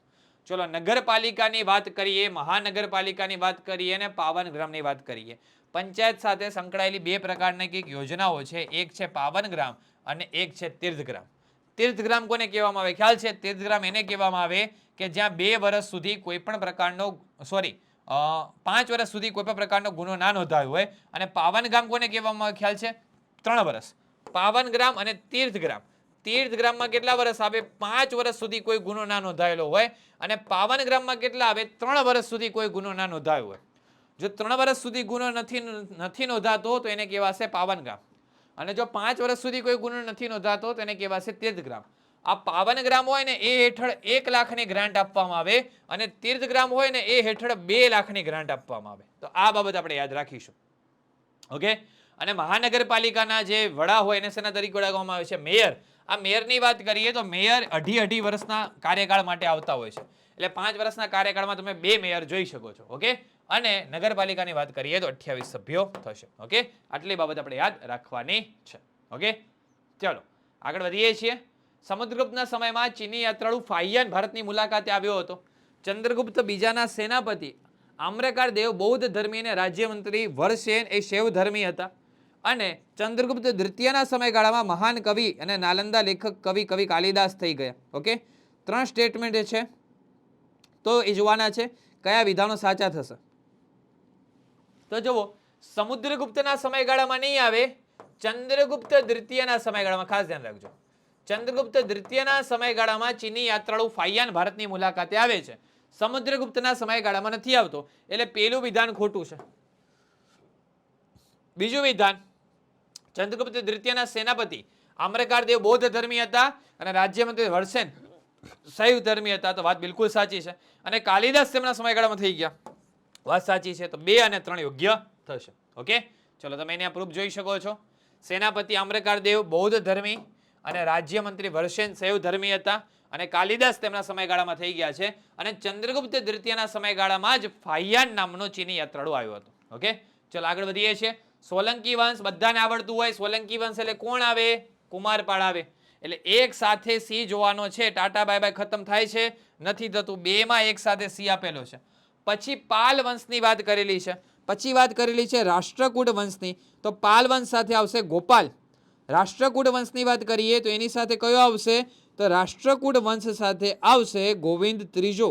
અને પલ્લવ વંશની વાત કરીએ તો એની સાથે આવશે નરસિંહવર્મન બીજો. ઓકે, યાદ રાખીશું પાલ વંશ ગોપાલ. આ પ્રમાણે તમારું જોડકું થશે. તો ક્વેશ્ચન નંબર 28 સિમ્પલ જોડકું છે, યાદ રાખી શકો છો. અગત્યના રાજા કયા વંશ સાથે સંકળાયેલા છે એ બાબત તમને પૂછેલી છે. ચાલો આગળ વધીએ છીએ નેક્સ્ટ ક્વેશ્ચન તરફ. કુમારગુપ્તના સમયમાં નાલંદા વિદ્યાપીઠ અને અજંતાની ગુફાઓ તૈયાર થયેલ. કુમારગુપ્ત બાદ તેનો પુત્ર વિષ્ણુગુપ્ત ગાદી ઉપર આવ્યો હતો. કુમારગુપ્ત બાદ કોણ આવે છે? તો તેનો પુત્ર વિષ્ણુગુપ્ત ગાદી ઉપર આવે છે. તો કુમારગુપ્તના સમયગાળામાં નાલંદા વિદ્યાપીઠ અને અજંતાની ગુફાઓ તૈયાર થયેલી છે. વાત બિલકુલ સાચી છે. કુમારગુપ્ત બાદ તેનો પુત્ર વિષ્ણુગુપ્ત ગાદી ઉપર આવે છે. તો આ વાત પણ કેવી છે તમારે જણાવવાની છે. ઓકે, ચલો વિચારીને આન્સર આપો. 2 સ્ટેટમેન્ટ આપેલા છે, ફટાફટ જવાબ જોવાનો છે. તો એક વિધાન સાચું છે, પણ કુમારગુપ્ત બાદ તેનો પુત્ર વિષ્ણુગુપ્ત ગાદી ઉપર આવે છે. ઓકે, તો એ બાબત ખોટી છે. કુમારગુપ્ત પહેલા પછી તેનો વીરપુત્ર સ્કંદગુપ્ત ગાદી ઉપર આવે છે. આ યાદ રાખજો. ઓકે, વિષ્ણુગુપ્ત નહીં આવે, અહીંયા કોણ આવશે? અહીંયા આવશે સ્કંદગુપ્ત. કુમારગુપ્ત પછી ગાદી પર કોણ આવે છે? તો સ્કંદગુપ્ત ગાદી ઉપર આવે છે. એટલે એક વિધાન યોગ્ય થશે. ઓકે, ચલો આગળ વધીએ છીએ આપણે. ગઢવાલ વંશ, પરમાર વંશ, ચૌહાણ વંશ અને સોલંકી વંશ. Question number 30. 4 અગત્યના વંશો આપેલા છે. ગઢવાલ, પરમાર, ચૌહાણ અને સોલંકી. સોલંકીની વાત કરીએ તો સોલંકી વંશ સાથે કોણ સંકળાયેલા છે? ઓકે, તો મૂળરાજ સોલંકી સોલંકી વંશ સાથે સંકળાયેલા છે. તમે સૌ પરિચિત છો. એટલે આપણે જોવાનું છે 4 સાથે બી. તો જો 4 સાથે બી 2 જગ્યાએ આપણે કન્ફ્યુઝ થાય પ્રકારના જ ઓપ્શન આપ્યા છે. એક જોડકાથી તમને તમારો જવાબ નહીં મળે. ગઢવાલ વંશની વાત કરીએ તો ગઢવાલ વંશના સ્થાપક ચંદ્રદેવ હતા. તો એક સાથે સી. તો જો એક સાથે સી અહીંયા પણ છે, હજી જવાબ ના મળ્યો. હવે પરમાર વંશની વાત કરીએ તો પરમાર વંશની વાત કરીએ તો કૃષ્ણરાજે પરમાર વંશની સ્થાપના કરી હતી. કોના દ્વારા? કૃષ્ણરાજ દ્વારા પરમાર વંશની સ્થાપના કરવામાં આવી હતી. તો કૃષ્ણરાજ ક્યાં ગયા? આયરા કૃષ્ણરાજ. એટલે 2 સાથે એ અને 3 સાથે ડી. 3 સાથે ડી. એટલે ઓપ્શન બી એ બિલકુલ સાચો જવાબ છે. Okay, question number 30 option B is the right answer. ચાલો તે બાબત આપણે યાદ રાખીશું. ગઢવાલ રાજ્યનો સ્થાપક કોણ હતો? તો ગઢવાલ રાજ્યનો સ્થાપક હતો ચંદ્રદેવ અને કૃષ્ણરાજ પરમાર વંશની સ્થાપના કરી હતી. ચલો, થાણેશ્વરના પુષ્યભૂતિ વંશના હતા સમ્રાટ હર્ષવર્ધન. હર્ષવર્ધન અને પુલકેશી વચ્ચે થયેલા નર્મદા યુદ્ધમાં હર્ષવર્ધનનો વિજય થયો હતો. Question number 31. 2 સ્ટેટમેન્ટ આપેલા છે. તો આપણે સૌ જાણીએ છીએ કે હર્ષવર્ધન અને પુલકેશી વચ્ચે જે યુદ્ધ થયું હતું ને, એ યુદ્ધમાં હર્ષવર્ધનનો વિજય નથી થતો. એ યુદ્ધમાં હર્ષવર્ધનનો શું થાય છે? પરાજય થાય છે. તો અહીંયા એક વિધાન સાચું થશે. માત્ર એક વિધાન સાચું થાય છે. ક્વેશ્ચન નંબર 31 એના આપણે પ્રૂફ જોઈ શકીએ છીએ. ક્વેશ્ચન નંબર 31 ના જો અહીંયા પ્રૂફ જોવો છો, થાણેશ્વરના પુષ્યભૂતિ વંશ સાથે સંકળાયેલા છે અને હર્ષવર્ધન અને પુલકેશી વચ્ચે થયેલા નર્મદાના યુદ્ધમાં હર્ષવર્ધનનો પરાજય થાય છે. ઓકે, ચલો ચોલ વંશ રાજધાની તમારે જણાવવાની છે. ચોલ વંશ, પલ્લવ વંશ, યાદવ વંશ અને ચાલુક્ય વંશ. 4 વંશો આપેલા છે. તો આપણે સૌ પરિચિત છીએ. મહત્વનો પલ્લવ વંશ છે. પલ્લવ વંશની સ્થાપના બપદેવે કરી હતી ને તેની રાજધાની કઈ છે? કાંચીપુરમ તેની રાજધાની છે. ચોલની રાજધાની કઈ છે? તાંજોર તેની રાજધાની છે. ચોલની રાજધાની તાંજોર, પલ્લવની રાજધાની કાંચીપુરમ. બી અને સી તમારે જોવાનો છે. એક સાથે બી, એક સાથે બી, 2 સાથે સી. તો આપણને આપણો જવાબ મળી ગયો. યાદવની, દેવગીરી ને ચાલુક્યની વાત આપી. ઓકે, તો સરળતાથી આપણે આપણું જોડકું જોડી લીધું. ચલો આગળ વધીએ છીએ. તમે અહીંયા જોઈ શકો છો પલ્લવ વંશની સ્થાપના બપદેવે અને તેની રાજધાની શું છે? કાંચીપુરમ. ચોલ મંડળ તેની રાજધાની કઈ છે? તાંજોર. દેવગીરી યાદવોનું શાસન હતું. ઓકે, એ બાબત આપણે યાદ રાખીશું. ચલો આગળ વધીએ છીએ. ચીની યાત્રી હ્યુએન હર્ષવર્ધનના સમયગાળામાં થઈ ગયા. ચીની યાત્રાળુ ફાહિયાન ચંદ્રગુપ્ત દ્વિતીયના સમયગાળામાં થઈ ગયા અને મહાન કવિ બાણભટ્ટ ચંદ્રગુપ્ત પ્રથમના સમયમાં બિરાજમાન હતા. 3 સ્ટેટમેન્ટ આપેલા છે ક્વેશ્ચન નંબર 33 માં. 3 સ્ટેટમેન્ટ હોય તો કદાચ એલિમિનેશન મેથડનો તમે ઉપયોગ કરી શકો. એલિમિનેશન મેથડનો આરામથી ઉપયોગ થઈ શકે. ઓકે, તો અહીંયા પહેલા 2 વિધાનો બિલકુલ સાચા છે, ત્રીજા વિધાનમાં ભૂલ છે. શું ભૂલ છે આપણે ચકાસીએ છીએ. તો ચીની યાત્રાળુ હ્યુએન સાંગ હર્ષવર્ધનના સમયગાળામાં આવી ચૂક્યા છે. સમ્રાટ હર્ષવર્ધનના સમયગાળાની અંદર કવિ બાણભટ્ટ હતા. ઓકે, જેના દ્વારા હર્ષચરિત અને કાદંબરીની રચના કરવામાં આવી છે. જ્યારે ચંદ્રગુપ્ત દ્વિતીયના સમયગાળામાં ફાહિયાન આવી ચૂક્યા છે. ઓકે, ચલો ઇલ્તુત્મિશ, ગિયાસુદ્દીન બલબન, અલાઉદ્દીન ખિલજી અને ગિયાસુદ્દીન તુગલક. અલગ અલગ બાબતો આપેલી છે. ઇલ્તુત્મિશ વિશે બાબત આપેલી છે, ગિયાસુદ્દીન બલબન વિશે માહિતી આપેલી છે. કયા શાસક સાથે કઈ બાબત સંકળાશે? તો ઇલ્તુત્મિશની વાત કરીએ તો સલ્તનત સત્તાને સર્વોપરી બનાવવા માટે ચેહલગાનની સ્થાપના. તો ચેહલગાન દળ. ઓકે, ચેહલગાન દળની સ્થાપના કોણ કરે છે? તો ચેહલગાન દળની રચના કરે છે ઇલ્તુત્મિશ. એટલે એક સાથે આવવો જોઈએ સી. બધી જગ્યાએ એક સાથે સી છે. બધી જગ્યાએ એક સાથે સી છે. પછી આપણે જોઈએ છીએ બીજા નંબરનો ગિયાસુદ્દીન બલબનનો. તો ગિયાસુદ્દીન બલબન ચેહલગાન દળનો નાશ કરશે. એટલે 2 સાથે એ. તો 2 સાથે એ આવી રહ્યો. એટલે આપણને આપણો જવાબ મળી ગયો. ઓકે, તો ક્વેશ્ચન નંબર 34 માં સરળતાથી આપણને જવાબ મળી ગયો છે. ઓકે, તમે એના પ્રૂફ જોઈ શકો છો. આગળ વધીએ છીએ. પ્રાચીન મહાકાવ્ય મહાભારતની રચના વેદવ્યાસ દ્વારા કરવામાં આવી. રામાયણની રચના કવિ વાલ્મીકી દ્વારા થયેલી છે. ક્વેશ્ચન નંબર 35 વિચારીને જવાબ આપવાનો છે. મહાભારતની રચના વેદવ્યાસ દ્વારા અને રામાયણની રચના વાલ્મીકી દ્વારા. તો બિલકુલ વાત સાચી છે. બંને વિધાનો યોગ્ય છે, જેના તમે આ પ્રૂફ જોઈ શકો છો. વેદવ્યાસ રચિત મહાભારત પ્રારંભમાં સેના તરીકે? તો પ્રારંભમાં જય સંહિતા તરીકે ઓળખાતું હતું. શેના તરીકે ઓળખાતું હતું? જય સંહિતા તરીકે ઓળખાતું હતું. ઓકે, ચલો આગળ વધીએ છીએ. ગુલામ વંશ, ખિલજી વંશ, તુગલક વંશ અને સૈયદ વંશ. હવે અમુક તો નામ પરથી જ આઈડિયા આવી જાય. તુગલક તો મોહમ્મદ બિન તુગલક, ખિલજી તો જલાલુદ્દીન ખિલજી. આટલી તો ખબર પડી ગઈ. 2 સાથે એ, 2 સાથે એ, 3 સાથે બી. આઈ રહ્યો જવાબ મળી ગયો. નામ ઉપરથી જ આઈડિયા આવી જાય છે. ચલો સિમ્પલ જવાબ હતો. ઓકે, ગુલામ વંશ, ખિલજી વંશ, તુગલક વંશ, સૈયદ વંશ. બૌદ્ધ ધર્મના મૂળ ગ્રંથોમાં ત્રિપિટકોનો સમાવેશ થાય છે. તિબ્બત ભાષામાં બૌદ્ધ ગ્રંથની કંઝાર અને તંઝર 2 સંહિતા પ્રસિદ્ધ હતી. જૈન ગ્રંથોમાં આગમ ગ્રંથોનો સમાવેશ થાય છે. તેની સંખ્યા 18 છે. 3 સ્ટેટમેન્ટ ક્વેશ્ચન નંબર 37 માં મસ્ત મજાના આપ્યા છે. 3 સ્ટેટમેન્ટ મસ્ત મજાના આપ્યા છે. આગમ ગ્રંથોની વાત કરીને તો આગમ ગ્રંથોની સંખ્યા આપણને 12 જોવા મળે. હું ખોટો નથી તો કદાચ પુરાણોની સંખ્યા 18 છે. પુરાણોની સંખ્યા 18, જ્યારે આગમ ગ્રંથોની સંખ્યા કેટલી આવશે? 12 આવશે. તો એવું આપ્યું છે 3 અયોગ્ય આવી રહ્યું. 3 અયોગ્ય. ક્વેશ્ચન નંબર 37 તો ઓપ્શન એ આન્સર થાય છે. ઓકે, તમે એને અહીંયા પ્રૂફ જોઈ શકો છો. ગુલામ વંશ, ખિલજી વંશ, તુગલક વંશ, સૈયદ વંશ. શેની સ્થાપના કોના દ્વારા કરવામાં આવી છે એ આપણે જોવાનું છે. ગુલામ વંશની વાત કરીએ છીએ. ઓકે, તો કુતુબ મિનાર એ ગુલામ વંશ સાથે સંકળાયેલી છે. ક્યાંક ને ક્યાંક કુતુબુદ્દીન એબક સાથે સંકળાયેલી છે. ઓકે, જેનું બાંધકામ ક્યાંક ને ક્યાંક ઇલ્તુત્મિશને પૂર્ણ કરાવે છે. તો 1 સાથે ડી આન્સર થવો જોઈએ. 2 સાથે ખિલજી વંશની વાત કરીએ તો અલાઈ દરવાજા થવો જોઈએ. તુગલક વંશની વાત કરીએ તો ફિરોઝાબાદ થવો જોઈએ. અને સૈયદ વંશની વાત કરીએ તો બંદે ખાનનો ગુમજ થવો જોઈએ. ઓકે, ચલો ક્વેશ્ચન નંબર 38 તમે એને અહીંયા પ્રૂફ જોઈ શકો છો. આગળ વધીએ છીએ. દક્ષિણ ભારતમાં એક વિશિષ્ટ સાહિત્યને સંગમ સાહિત્ય તરીકે ઓળખવામાં આવે છે. અભિજ્ઞાન, શાંકુતલમ, શિલ્પદિકારમ અને મણિમેખલા એ સંગમ સાહિત્યના ખૂબ અગત્યના ગ્રંથો છે. આ સંગમ સાહિત્યની રચના કઈ ભાષામાં થયેલી છે એવો પ્રશ્ન પૂછાય તો આ સંગમ સાહિત્યની રચના એ તમિલ ભાષામાં થયેલી છે. કઈ ભાષામાં? તમિલ ભાષામાં. અને આ સાહિત્યમાં વાત કરીએ ને તો શિલ્પદિકારમ અને મણિમેખલા આવે, પરંતુ અભિજ્ઞાન, શાંકુતલમ તો સંસ્કૃત ભાષામાં રચાયેલું છે. સંસ્કૃત ભાષામાં રચાયેલું છે અભિજ્ઞાન, શાંકુતલમ. એટલે સંગમ સાહિત્ય સાથે ના સંકળાય. એટલે બીજું વિધાન ખોટું છે, પહેલું વિધાન સાચું છે. તો તમારો જવાબ થશે માત્ર 1 વિધાન સાચું છે. ઓકે, ક્વેશ્ચન નંબર 39 માત્ર 1 વિધાન સાચું આવશે. ચલો, હુમાયુ, શેરશાહ સૂરી, અકબર અને શાહજહાં સેના સાથે શું સંકળાશે? ઓકે, શાહજહાં બધા પરિચિત હોય. તાજમહેલનું નામ આવે એટલે શાહજહાંનું નામ આવી જાય. એટલે 4 સાથે સી જોવાનો છે. તો ઘણા સાથે 4 સાથે સી છે. હવે સેટ નથી થતો, 4 સાથે સી તો સેટ નથી થતો. હવે કદાચ તમે ગ્રાન્ડ ટ્રંક રોડનું નામ સાંભળ્યું હોય તો શેરશાહ સૂરી ફરી પાછો એને ઉભો કરે છે. ચંદ્રગુપ્ત મૌર્યના સમયગાળામાં જે જોવા મળે છે, આગળ જતા ડેલહાઉસી તેને ઉભો કરવાનો પ્રયત્ન કરે છે. એટલે 2 સાથે ડી આવવું જોઈએ. તો જો 2 સાથે ડી, તો આપણને આપણો જવાબ મળી ગયો. ઓકે, એના પ્રૂફ આપણે જોઈ શકીએ છીએ.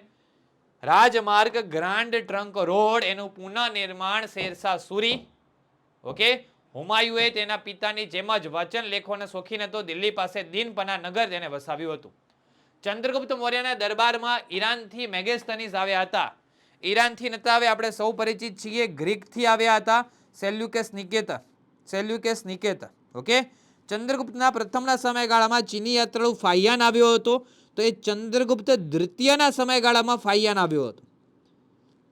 ઓકે, અહીંયા શું આવશે? ચંદ્રગુપ્ત પ્રથમના સમયગાળામાં નહીં, અહીંયા આવશે ચંદ્રગુપ્ત દ્વિતીયના સમયગાળામાં ફાહિયાન આવ્યો હતો. અને ઈરાનથી નહીં આવે, અહીંયા શું આવશે? અહીંયા આવશે ગ્રીક. આપણે જાણીએ છીએ સેલ્યુકસ નિકેટર સાથે ચંદ્રગુપ્ત મૌર્યનું યુદ્ધ થાય છે. સેલ્યુકસ નિકેટરનો પરાજય થાય છે. એટલે સેલ્યુકસ નિકેટર પોતાની પુત્રી હેલેનાના મેરેજ ચંદ્રગુપ્ત મૌર્ય સાથે કરાવે છે. અને બીજી બાબત આપણે યાદ રાખીએ તો બીજી બાબત અહીંયા પૂછાઈ શકે છે કે ભાઈ મેગેસ્તનીસ એ ઈરાનથી નતા આવે. ઓકે, એટલે 2 સ્ટેટમેન્ટ ખોટા છે. ત્રીજું સ્ટેટમેન્ટ બિલકુલ સાચું છે. યુએનસાંગ સમ્રાટ હર્ષવર્ધનના દરબારમાં આવ્યો હતો. હવે સૂચના વાંચજો. સૂચના નહીં વાંચો તો તમે આ ટીક કરશો. પણ સૂચના મેં અહીંયા શું પૂછી છે? અયોગ્ય. એટલે તમારે શું ટીક કરવાનું થાય? 1 અને 2. ઓકે, 1 અને 2 રાઈટ આન્સર થશે. ચલો, તો સિમ્પલ બાબત છે. આગળ વધીએ છીએ. અકબર, શેરશાહ સૂરી, શાહજહાં અને ઔરંગઝેબ. હમણાં કંઈક આવી જ ચર્ચા કરી, પણ અલગ સ્થાપત્ય આપ્યા હતા. એનામાં ગ્રાન્ડ ટ્રંક રોડ, તાજમહેલ, એવી બધી બાબતો આપી હતી. અહીંયા વળી કંઈક અલગ બાબતો આપેલી છે. ઓકે, તો શેરશાહ સૂરીની વાત કરીએ ને તો સસારામમાં મકબરો અને દિલ્હીમાં મસ્જિદ બંધાવે છે. અકબર આગ્રાનો કિલ્લો બંધાવે છે. શાહજહાંની વાત કરીએ તો લાલ કિલ્લાનું નિર્માણ કરાવે છે. અને ઔરંગઝેબની વાત કરીએ તો રાબિયા ઉદ દોરાન, દોસન નહીં આવે, દોરાનનો મકબરો. ઓકે, દોરાન, રાબિયા ઉદ દોરાન. ઔરંગઝેબ આ આવશે, શેરશાહ સૂરી આવશે, અકબર ને શાહજહાં. ઓકે, આ પ્રમાણે જોઈ લઈએ આપણે. 2 સાથે એ અને 4 સાથે ડી. 2 સાથે એ, 4 સાથે ડી. ઓકે, અકબર સાથે આવશે આગ્રાનો, શાહજહાં સાથે આવશે લાલ કિલ્લો. ઓકે, તો સરળતાથી એ બાબતો ક્યાંક ને ક્યાંક અહીંયા આપેલી છે. અકબરે આગ્રાનો કિલ્લો, શાહજહાં લાલ કિલ્લો. ઔરંગઝેબે તેની પત્નીની યાદમાં ઔરંગાબાદમાં રાબિયા ઉદ દોરાનનો મકબરો બનાવ્યો હતો. અને શેરશાહે સસારામમાં મકબરો અને દિલ્હીમાં મસ્જિદ બંધાવી હતી. સૂર્ય મંદાકિની તારામંડળને એક સ્વયં પ્રકાશિત તારો છે. સૂર્ય પૃથ્વી કરતા લગભગ 14 લાખ ગણો મોટો છે. ઓકે, મંદાકિની તારામંડળનો એક સ્વયં પ્રકાશિત તારો કોણ છે? સૂર્ય છે, એવું કહેવામાં આવે છે. મંદાકિની તારામંડળ વિશે વાત કરેલી છે. ઓકે, અને સૂર્ય પૃથ્વી કરતા લગભગ 14 લાખ ગણો મોટો છે એવું કહેવામાં આવ્યું છે. તો અહીંયા આ ફેક્ચ્યુઅલ ડેટા ખોટો છે. 14 લાખ ગણો ના આવે, અહીંયા કેટલો આવે? 13 લાખ ગણો આવે. કેટલો આવે? 13 લાખ ગણો આવે. 13 લાખ ગણો છે. 13 લાખ ગણો મોટો છે. ઓકે, તો અહીંયા આન્સર થશે માત્ર 2 વિધાન. શું પૂછ્યું છે? અયોગ્ય પૂછ્યું છે. તો માત્ર 2 વિધાન અયોગ્ય છે. માત્ર 2 વિધાન શું થશે? અયોગ્ય થશે. ક્લિયર છે? ચલો આગળ વધીએ છીએ આપણે. તમે અહીંયા એના પ્રૂફ જોઈ શકો છો. સૂર્ય પૃથ્વી કરતા લગભગ કેટલો મોટો છે? તો સૂર્ય પૃથ્વી કરતા લગભગ 13 લાખ ગણો મોટો છે. અને મંદાકિની તારામંડળનો તારો છે. કાશ્મીર, દિલ્હી, લાહોર અને તાંજોર. હવે દિલ્હીમાં તો આપણે ખબર પડી જ જાય. દિલ્હીમાં આવે લાલ કિલ્લો. બીજું કંઈ ખ્યાલ ના હોય તો ખબર પડી જાય. હવે તાંજોરની વાત આવે તો રાજરાજેશ્વર મંદિર આવશે. જો આવી રીતે જોડકા જોડવાના, સેલા સેલાઓને જોડી દેવાનો તો આન્સર મળી જ જાય. 2 સાથે એ અને 4 સાથે સી. 2 સાથે એ, 2 સાથે, 4 સાથે સી, 4 સાથે સી. ના મળે જવાબ. હવે આપણે આગળ વધવું પડશે. કાશ્મીર તરફ આપણે આગળ વધવું પડશે. અને કાશ્મીર પછી લાહોર તરફ આગળ વધવું પડશે. તો લાહોરમાં આવશે શાલીમાર બાગ, એટલે 3 સાથે બી. 3 સાથે બી. અને કાશ્મીરમાં આવશે નિશાંત બાગ, એટલે 1 સાથે ડી. ક્લિયર છે? તો ઓપ્શન એ આપણો સાચો જવાબ થાય છે. આ એરિયાના પ્રૂફ: કાશ્મીરનો નિશાદ બાગ, તાંજોરનો રાજરાજેશ્વર મંદિર, લાહોરનો શાલીમાર બાગ અને દિલ્હીમાં લાલ કિલ્લો. આગળ વધીએ છીએ સૂર્ય વિશેના વિધાનો. સૂર્યની ફરતે એક ચક્કર 1000 કિલોમીટરના વેગથી લગાવતા લગભગ 109 વર્ષ નીકળી જાય. પછી પૃથ્વીનું ગુરુત્વાકર્ષણ બળ સૂર્ય કરતા 28 ગણું વધારે છે. સૂર્ય પૃથ્વીથી 15 કરોડ કિલોમીટર દૂર છે. વિધાનો ચકાસવાના છે. એક યોગ્ય, 3 યોગ્ય, 2 યોગ્ય કે તમામ યોગ્ય. પહેલું સ્ટેટમેન્ટ, જો 1000 કિલોમીટરના વેગથી તમે ગતિ કરો, 1000 કિલોમીટરના વેગથી તમે ગતિ કરો તો 109 વર્ષ ના લાગે, 107 વર્ષ લાગે. અને બીજું સ્ટેટમેન્ટમાં તો શું છે, બાબત ઉલટી કરી દીધી છે. બીજા સ્ટેટમેન્ટમાં શું છે, પૃથ્વીનું ગુરુત્વાકર્ષણ બળ વધારે નથી, સૂર્યનું ગુરુત્વાકર્ષણ બળ વધારે છે. એટલે આ ખોટું. અને અહીંયા 109 ની જગ્યાએ કેટલા લાગે, 107 લાગે. એટલે આ ખોટું. હવે અહીંયા પૂછ્યું શું છે, યોગ્ય. એક યોગ્ય નથી, 2 યોગ્ય નથી, તમામ યોગ્ય નથી. તો તમારો જવાબ શું થાય, 3 યોગ્ય થાય. ચાલો, તો ક્વેશ્ચન નંબર 45 જવાબ મળી ગયો. ઉપરકોટનો કિલ્લો, આ તો બધાને આવડવું જોઈએ. ઉપરકોટનો કિલ્લો તો કે જુનાગઢ, રાણકી વાવ તો કે પાટણ, મોઢેરાનું સૂર્ય મંદિર મહેસાણા અને પ્રભાસ પાટણ તો ગીર સોમનાથ. બધાને આવડે એવી બાબત છે. ઓકે, ચલો ક્વેશ્ચન નંબર 46. અને એક કહેવત અહીંયા લખી છે, જુઓ. અડી કડીની વાવ અને નવગણ કૂવો, જેણે ન જોયો તે જીવતે મૂવો. અડી કડીની વાવ ને નવગણ કૂવો, જેણે ન જોયો તે જીવતે મૂવો. ઓકે, ચાલો. બુધ ગ્રહ સૂર્યની સૌથી નજીકનો ગ્રહ છે, સાચી વાત છે. પૃથ્વી પરથી આપણને સૂર્યોદય પહેલા અને સૂર્યોદય પછી તે થોડો સમય નરી આંખે જોઈ શકાય છે, આકાશમાં જોવા મળે છે. તો આ વાત એ સાચી છે. બંને વિધાનો કેવા છે, સાચા છે. મેં તમને કીધું હતું નરી આંખે દેખાતા ગ્રહ કયા છે, મંગળ, બુધ, ગુરુ, શુક્ર, શનિ. આટલા નરી આંખે દેખાતા ગ્રહો છે. ચલો, તો આ વાત આપણે કરી છે. આગળ વધીએ છીએ. ગીત ગોવિંદમ. ગીત ગોવિંદમ તો મને ખ્યાલ છે ત્યાં સુધી જયદેવ આવવા જોઈએ. પદ્માવત તો મલિક મોહમ્મદ જાયસી આવવા જોઈએ. એક સાથે સી અને 4 સાથે ડી. ઓહો, 2 આવી ગયા. એક સાથે સી, 4 સાથે ડી. કન્ફ્યુઝ થવાય એવા જ આપણે ઓપ્શન સેટ કરીએ છીએ. હિતોપદેશની વાત કરીએ તો નારાયણ આવે, 2 સાથે એ જોવો, 2 સાથે એ આવી રહ્યો, 3 સાથે તો બી ઓટોમેટિકલી આવી ગયો, તો 3 સાથે B. Option D is the right answer question number 48 માં. સાવ સરળ છે. ઓકે, અહીંયા બાબત આપેલી છે, જુઓ. સિદ્ધ હેમ શબ્દાનું શાસન. તો સિદ્ધ હેમ શબ્દાનું શાસન શું થશે, સિદ્ધ હેમ શબ્દાનું શાસન હેમચંદ્રાચાર્ય. ગીત ગોવિંદમ તો શું થશે, જયદેવ. હિતોપદેશ તો શું થશે, નારાયણ. સિદ્ધાંત શિરોમણી અને લીલાવતી તો શું થશે, ભાસ્કરાચાર્ય. પૃથ્વીરાજ રાસો તો ચંદ બરદાઈ. તુગલકનામા અને તારીખે દિલ્હી અમીર ખુશરો. કિતાબે હિન્દ ઇબ્ન તુતા. કાનડે પ્રબંધ પદ્મનાભ અને પદ્માવત મોહમ્મદ જાયસી. અને આ જ પ્રશ્ન ડિવાયોશન પરીક્ષામાં પૂછાય. પૃથ્વીનું સ્થાન સૂર્ય અને મંગળની વચ્ચે છે. પૃથ્વીનું સ્થાન સૂર્ય અને મંગળની વચ્ચે છે એવું કહી શકાય. ઓકે, બીજું સ્ટેટમેન્ટ, પૃથ્વી પોતાની ધરી ઉપર 24 કલાકમાં એક આંટો પૂર્ણ કરે છે. અને ત્રીજું સ્ટેટમેન્ટ, પૃથ્વીને એક પણ ઉપગ્રહ નથી. અયોગ્ય વિધાન જણાવવાનું છે. અયોગ્ય વિધાન.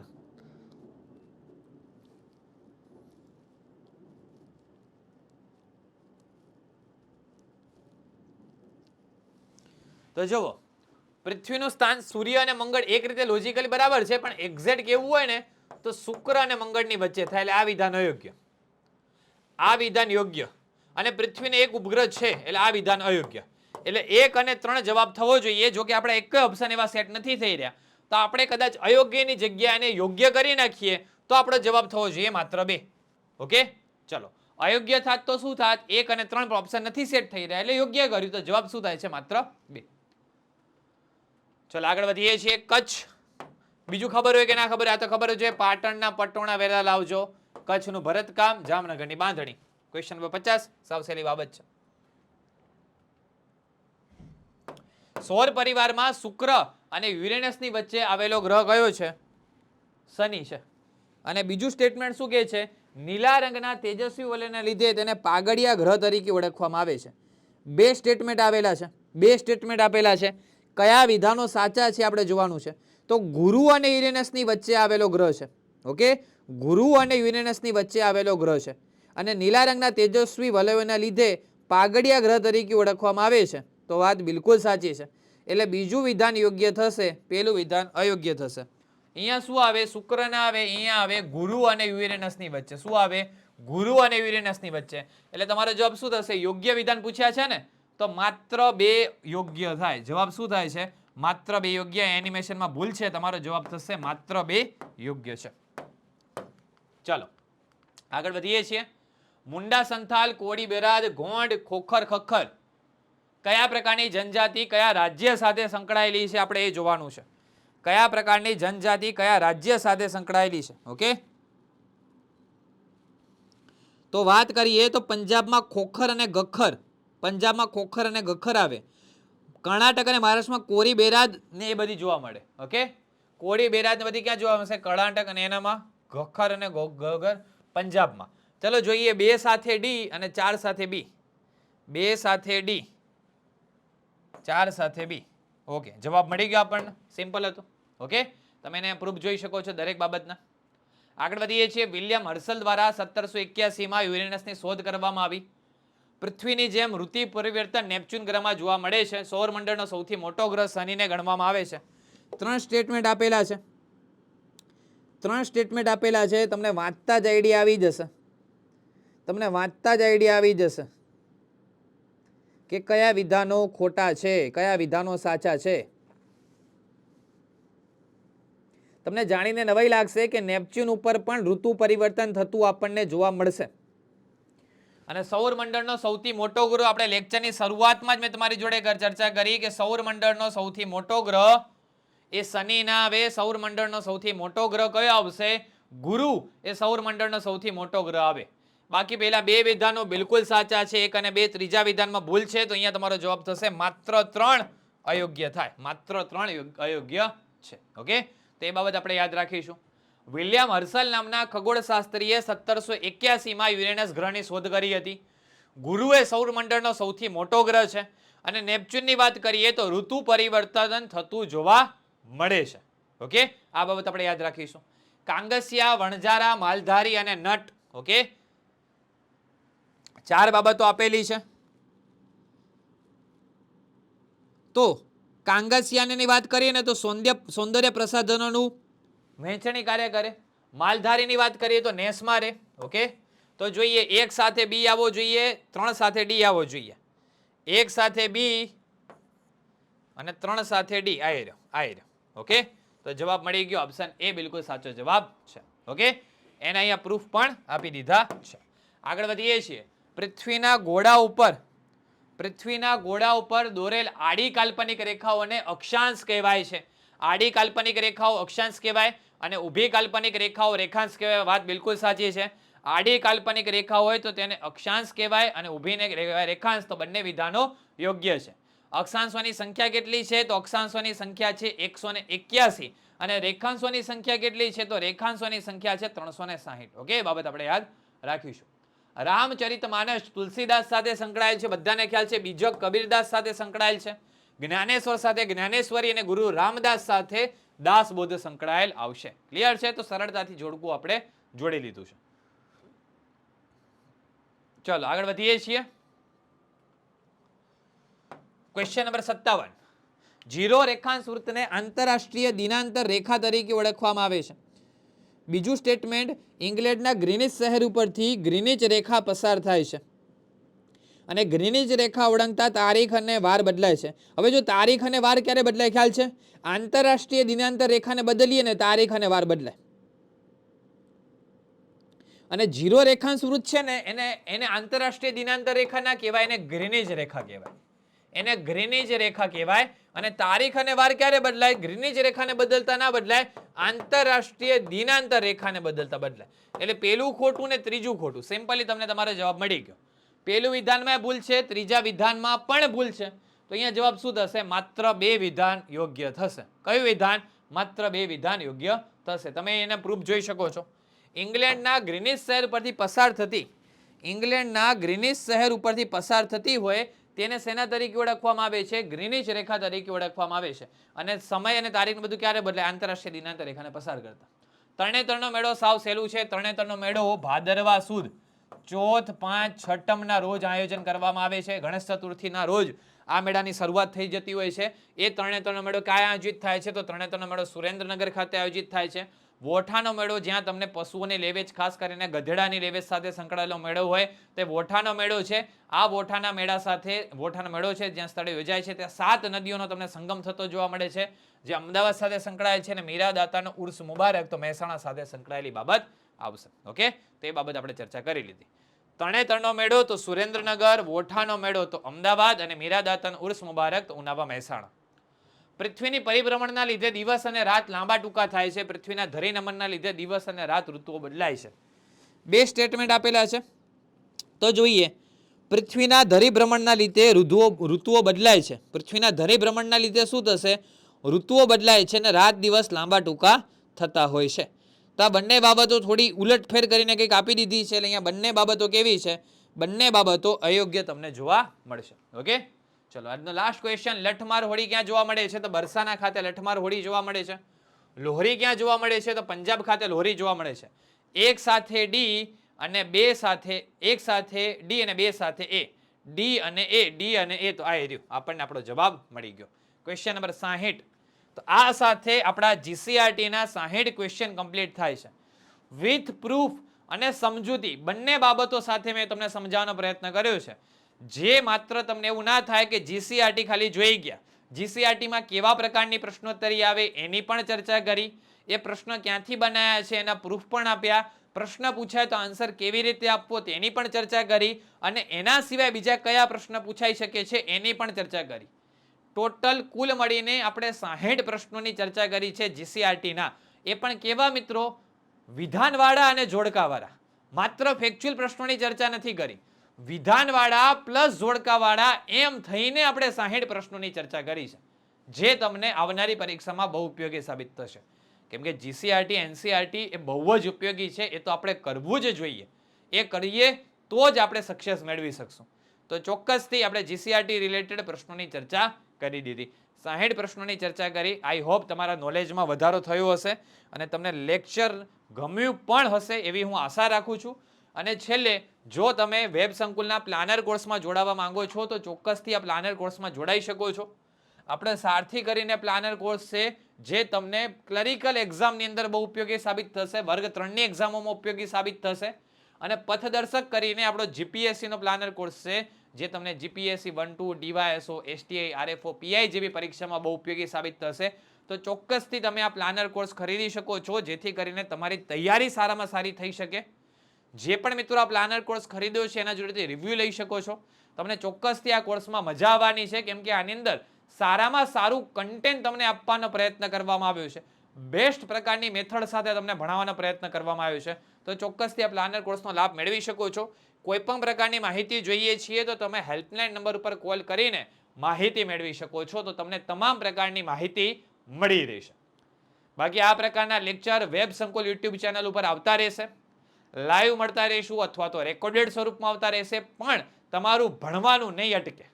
તો ચોક્કસથી તમારે વેબ સંકુલ સાથે જોડાયેલા રહેવાનું છે.